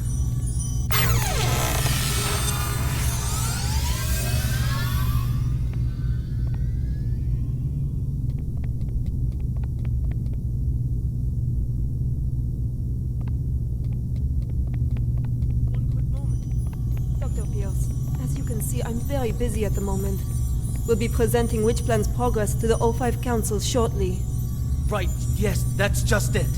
Listen, SCP-239's abilities are greater than you could ever imagine. She is infinitely more powerful now than when she was born. Your experimental procedures lack the proper controls.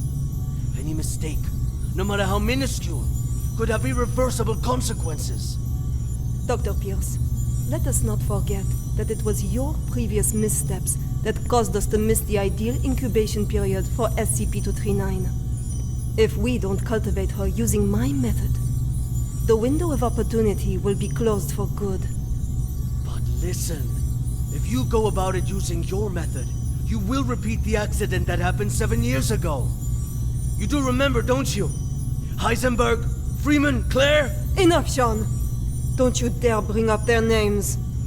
Sean, the progress of civilization has always come with sacrifices. You don't get one without the other.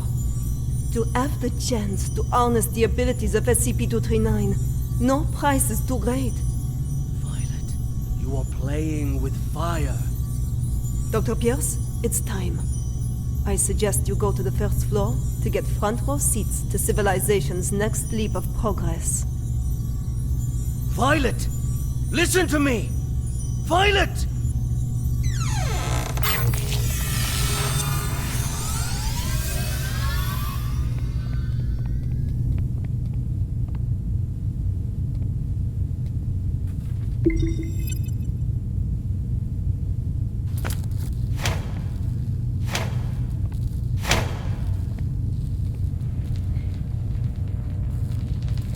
I am Violetta Too, and this is the meter test part 1. SCP-239. Do you remember our friend here? The little robin with the pretty feathers? Can you make it come out and play with us?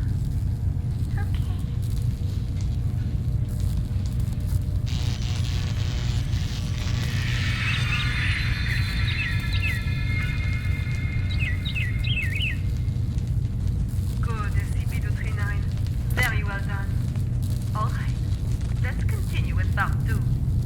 Now we need to give the robin a home. A home? Yes, a home. Just like in the storybook. The robin needs a tree to call home. So let's give him a big tree. Robin, home. Not the tree.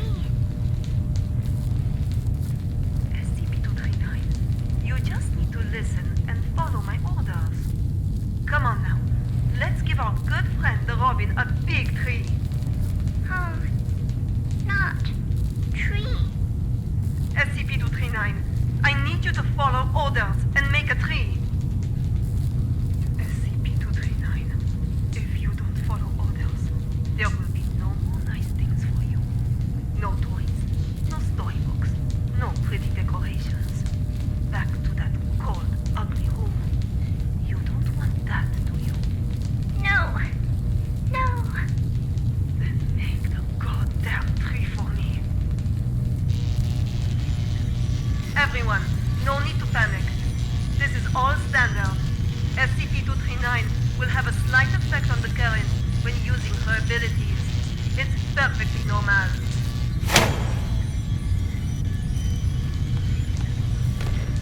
Very well done, SCP-239. Good. Perfect. As you can well see, under my guidance, SCP-239's abilities grow more and more powerful each day. Over time, we will expand the experimental content, and we will see even more advancements. SCP-239, you can stop now. That's enough.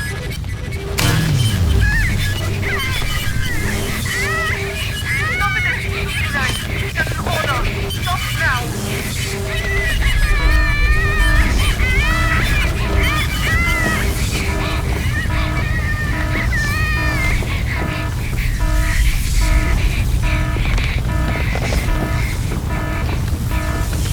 God damn it!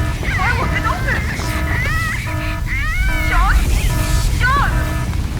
Sean! The backup door outside! Help me open it! Come on, quick!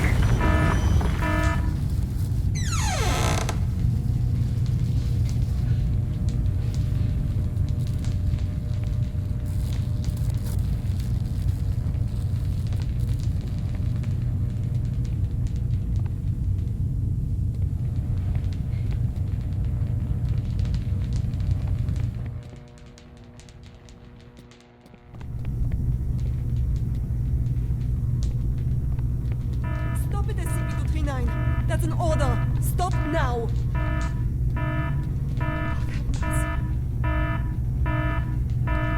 God damn it!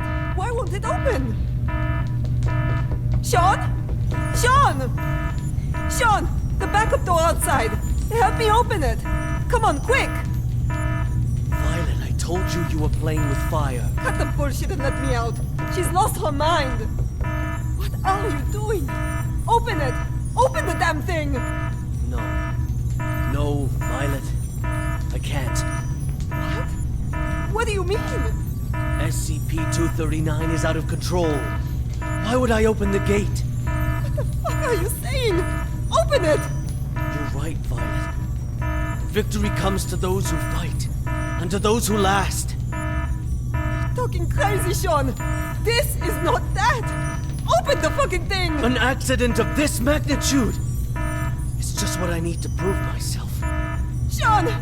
Sean, don't think like that! We can work together! We'll do it your way! Your rules, your method! Whatever you want! Or we'll do... I know! I'll quit! I'll resign! Which plan is all yours? I will use these learnings to improve the plan and equipment.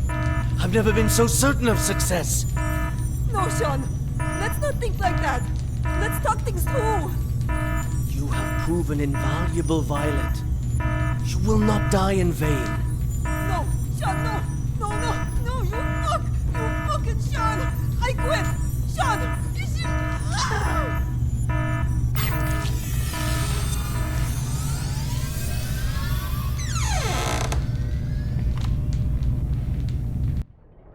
Sorry. I'm sorry.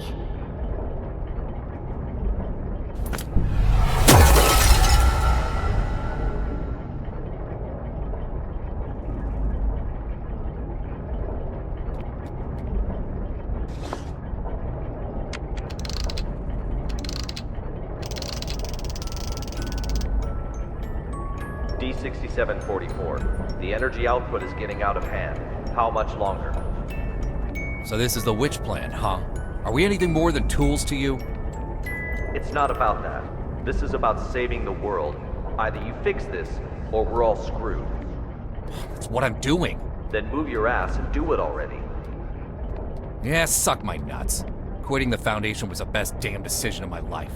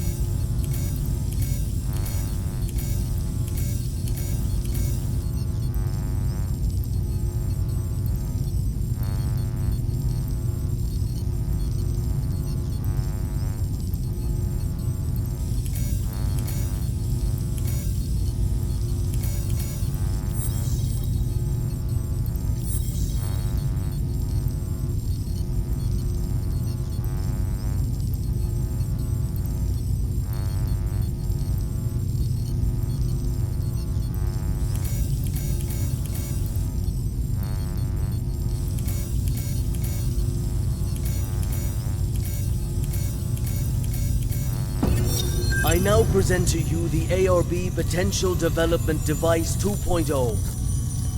This device is capable of not only better stimulating the potential of abnormal objects, but can also automatically turn on the respective electric field control, so long as the abnormal objects exceed the preset amplitude. This will ensure that the experiment is foolproof, with zero chance of runaway. The tragedy of Directed Tau 2 cannot be repeated. We must learn from our mistakes. We must not forget the enormous power of SCP-239. And we must treat security as a top priority. Otherwise, all of this will be for nothing. Do not forget the credence we live by. Secure, contain, protect. This we must uphold at every turn.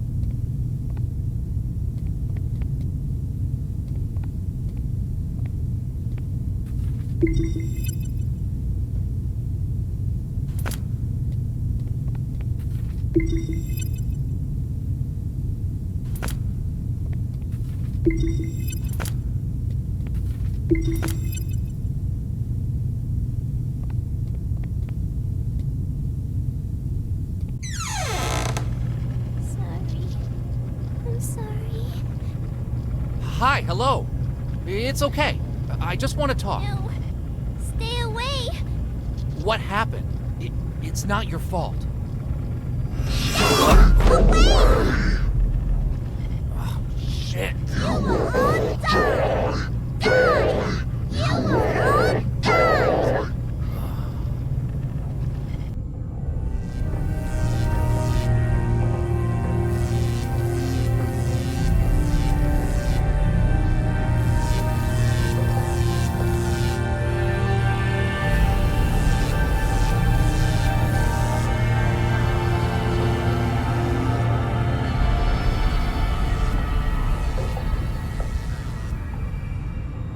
I am Dr. Sean Pierce. December 25th, 2005. 16:30 hours. This is the first experiment of ARP Plan 2.0. SCP-239. We will repeat the previous tests first. Experiment 1. Strength test. Pass rate of 95%. Voltage strength 600 kilovolts. Power on. SCP-239. Crush the car in front of you.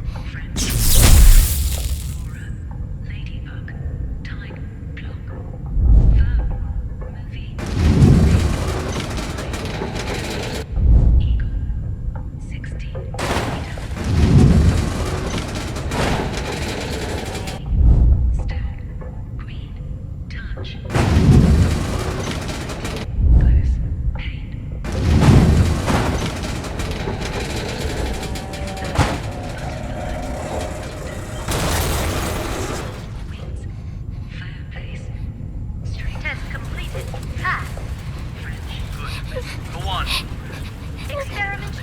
Control test. Pass rate of 87%.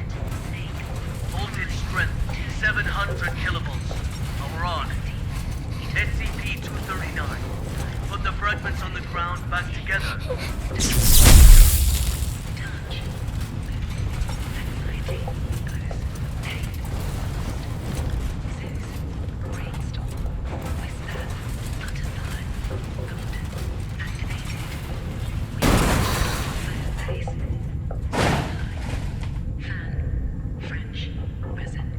Test completed.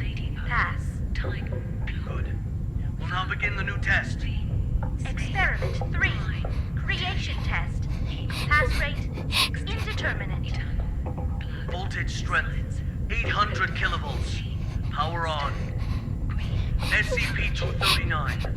Reassemble this junk into a truck. A real, operational truck. Not some fancy replica.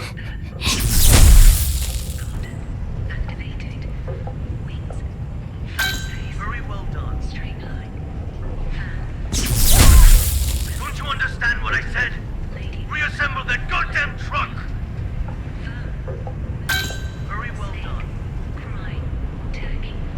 The experiment cannot be discarded halfway. Make it quickly.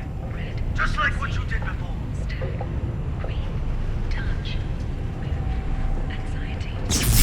Voltage strength to 950 kilovolts. Dr. Pierce, our equipment can't handle that much current. Damn it. I'm the one who's in charge of this experiment. 950 kilovolts. Now! Power on! Afraid. Close eyes.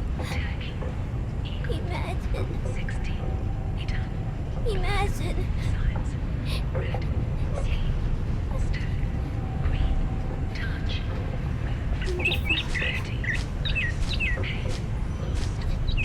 beautiful images. What the hell is this? Damn it! Stop trying to play violent tricks on me! I know how to deal with your useless imagination. Increase the voltage strength to 1000 kilovolts. Dr. Pierce, the current has breached the security threshold.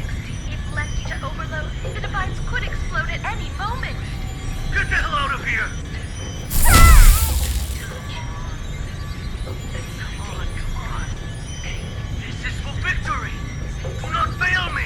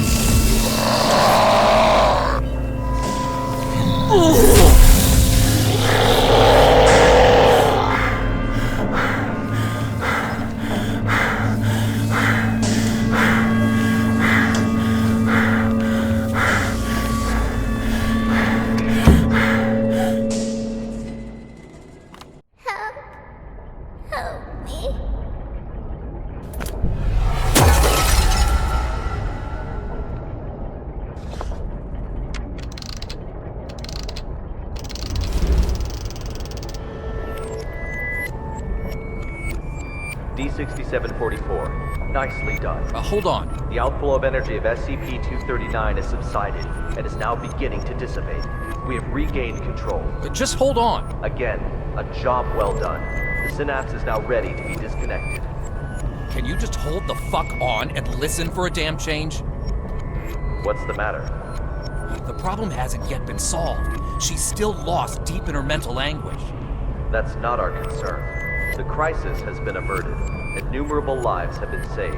Your mission is complete. My mission's not complete until she is stable. Compassion in times of desperation leads only to the destruction of yourself. 3 minutes. You owe me that much. For all this you owe me. I can enter her subconscious and fix this. 3 minutes. Very well. I'll disconnect the synapse in 3 minutes. If you're not back, then so be it. I will show no compassion.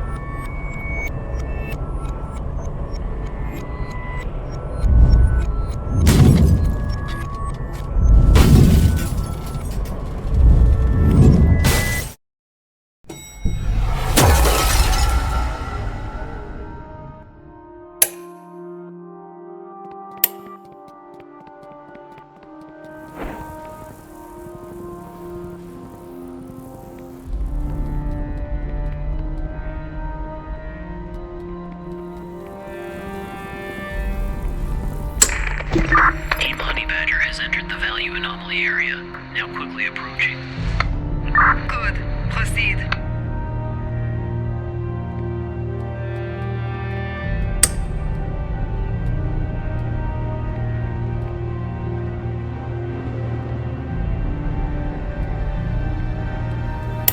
The amniotic fluid has broken. Send to delivery room 2.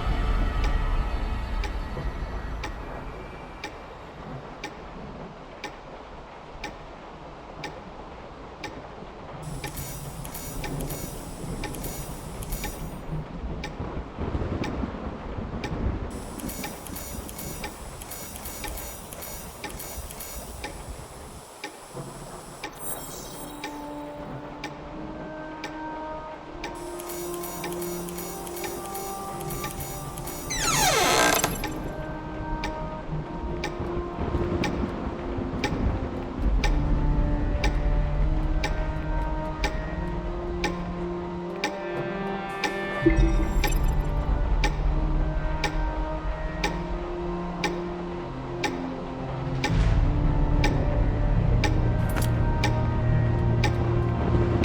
going on? The needles on these readers are all over the place. I don't know, but my watch has stopped working too.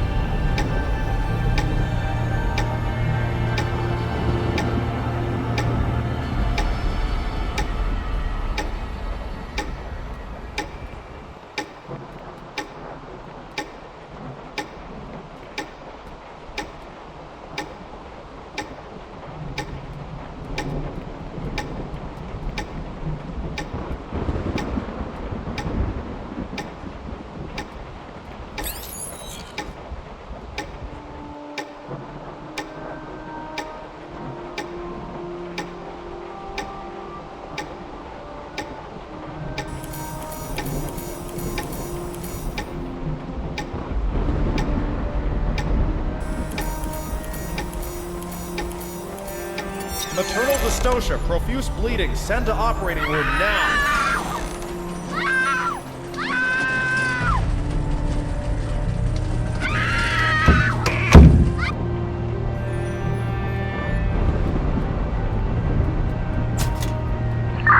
Value fluctuation increasing. Team Omni Badger approaching target. Heart rate 100. Blood pressure normal. Hemostat, pause. Target confirmed. Containment operations ready. Excellent. Operation Witch Hunt, commence.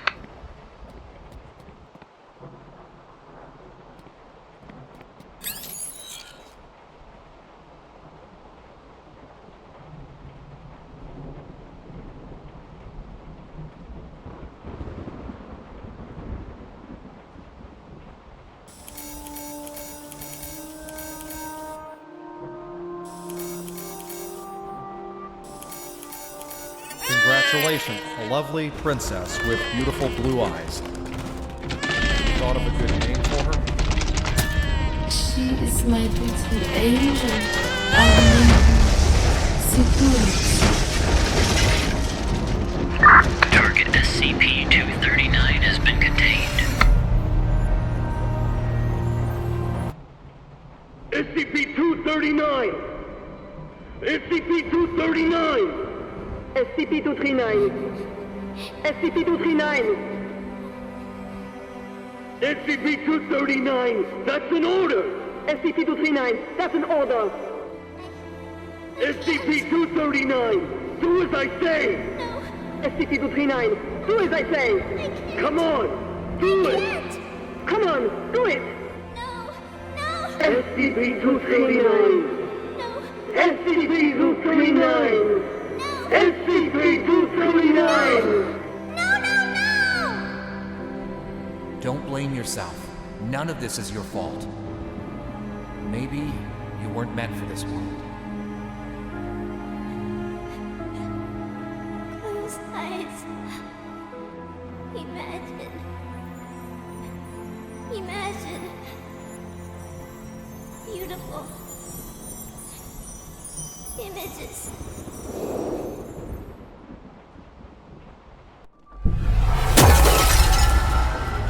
The robin says, the home I want, my home is squishy all over, with shiny warm lights and no more cold steel.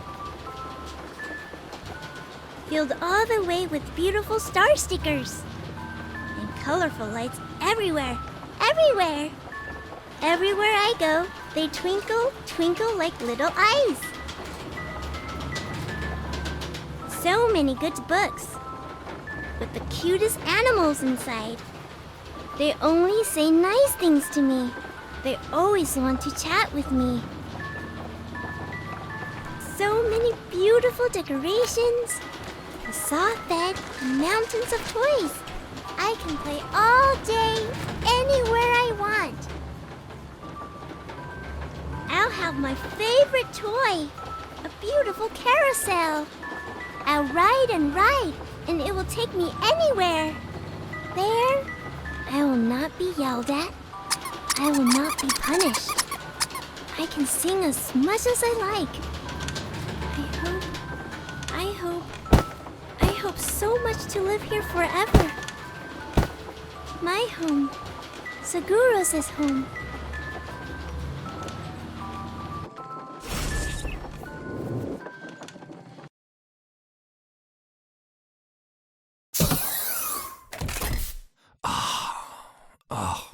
My head.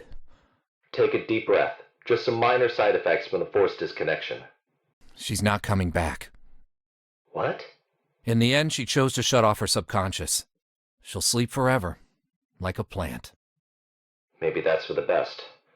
Anyways, our primary concern is the incident report. It'll require some brainstorming.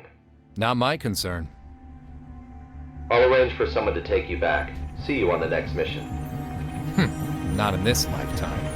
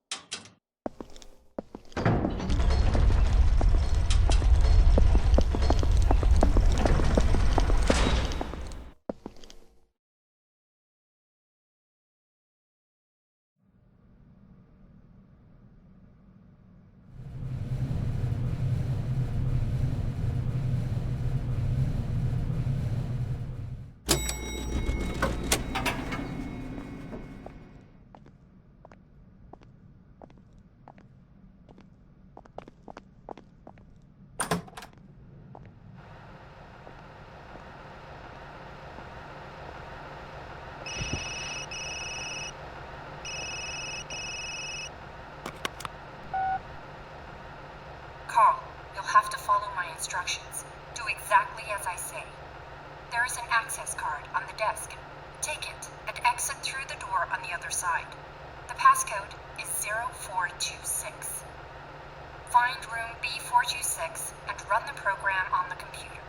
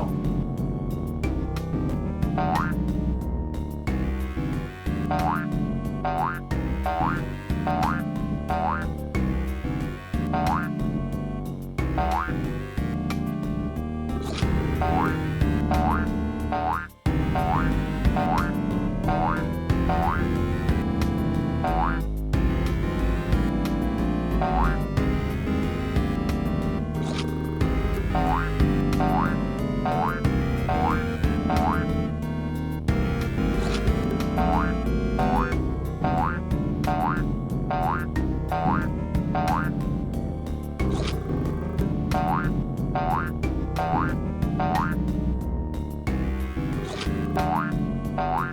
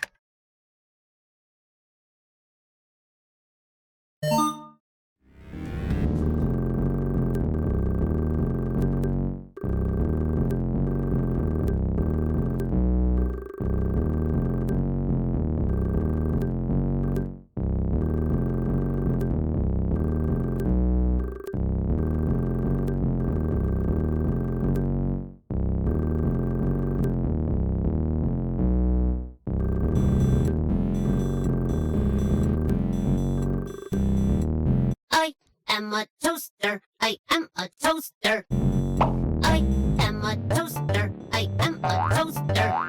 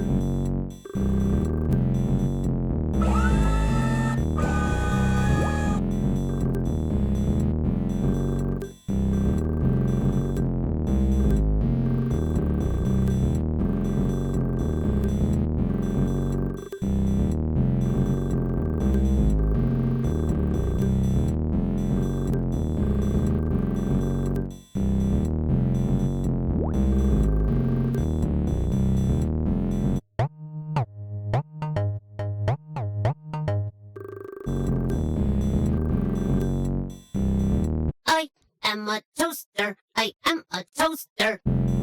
I am a toaster. I am a toaster.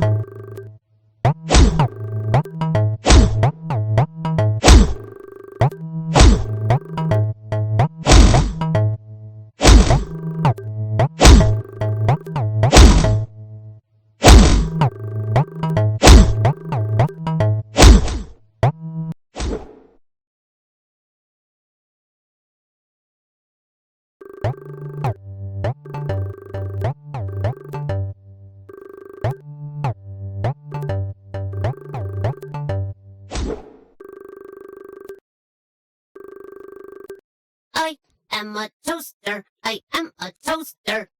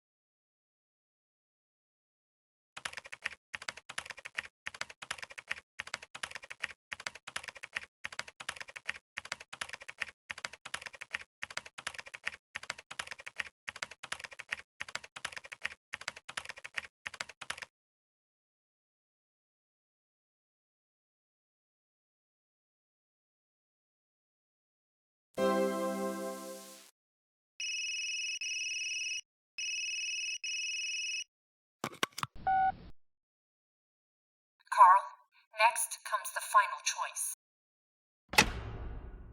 There are two doors in front of you, one red, one blue. If you want to give up and leave, go through the red door. The past few months will have been like a dream. You will remember nothing after waking, and this road will end here. You go through the blue door, you stay in Wonderland, and I show you how deep the rabbit hole goes. Leave, or stay. The choice is your own.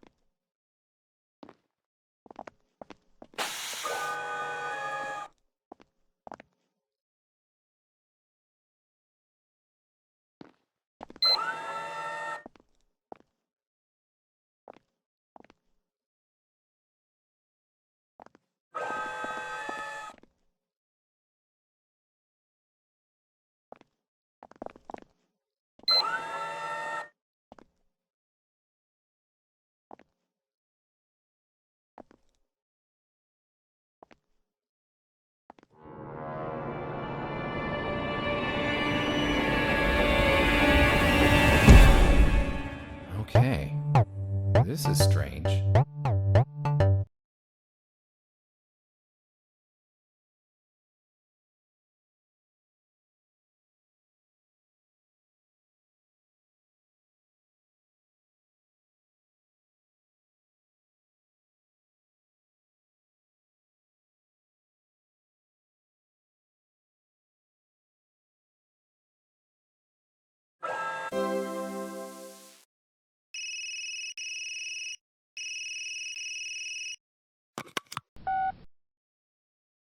Carl, next comes the final choice.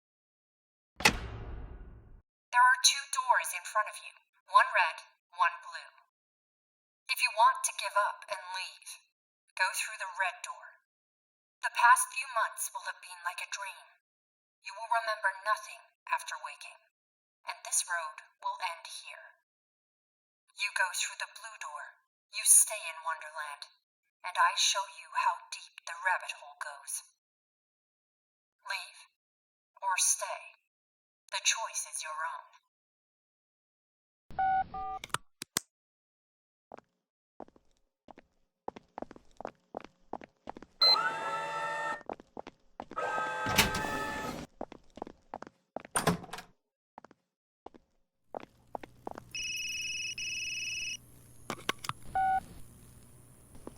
Good job, Carl.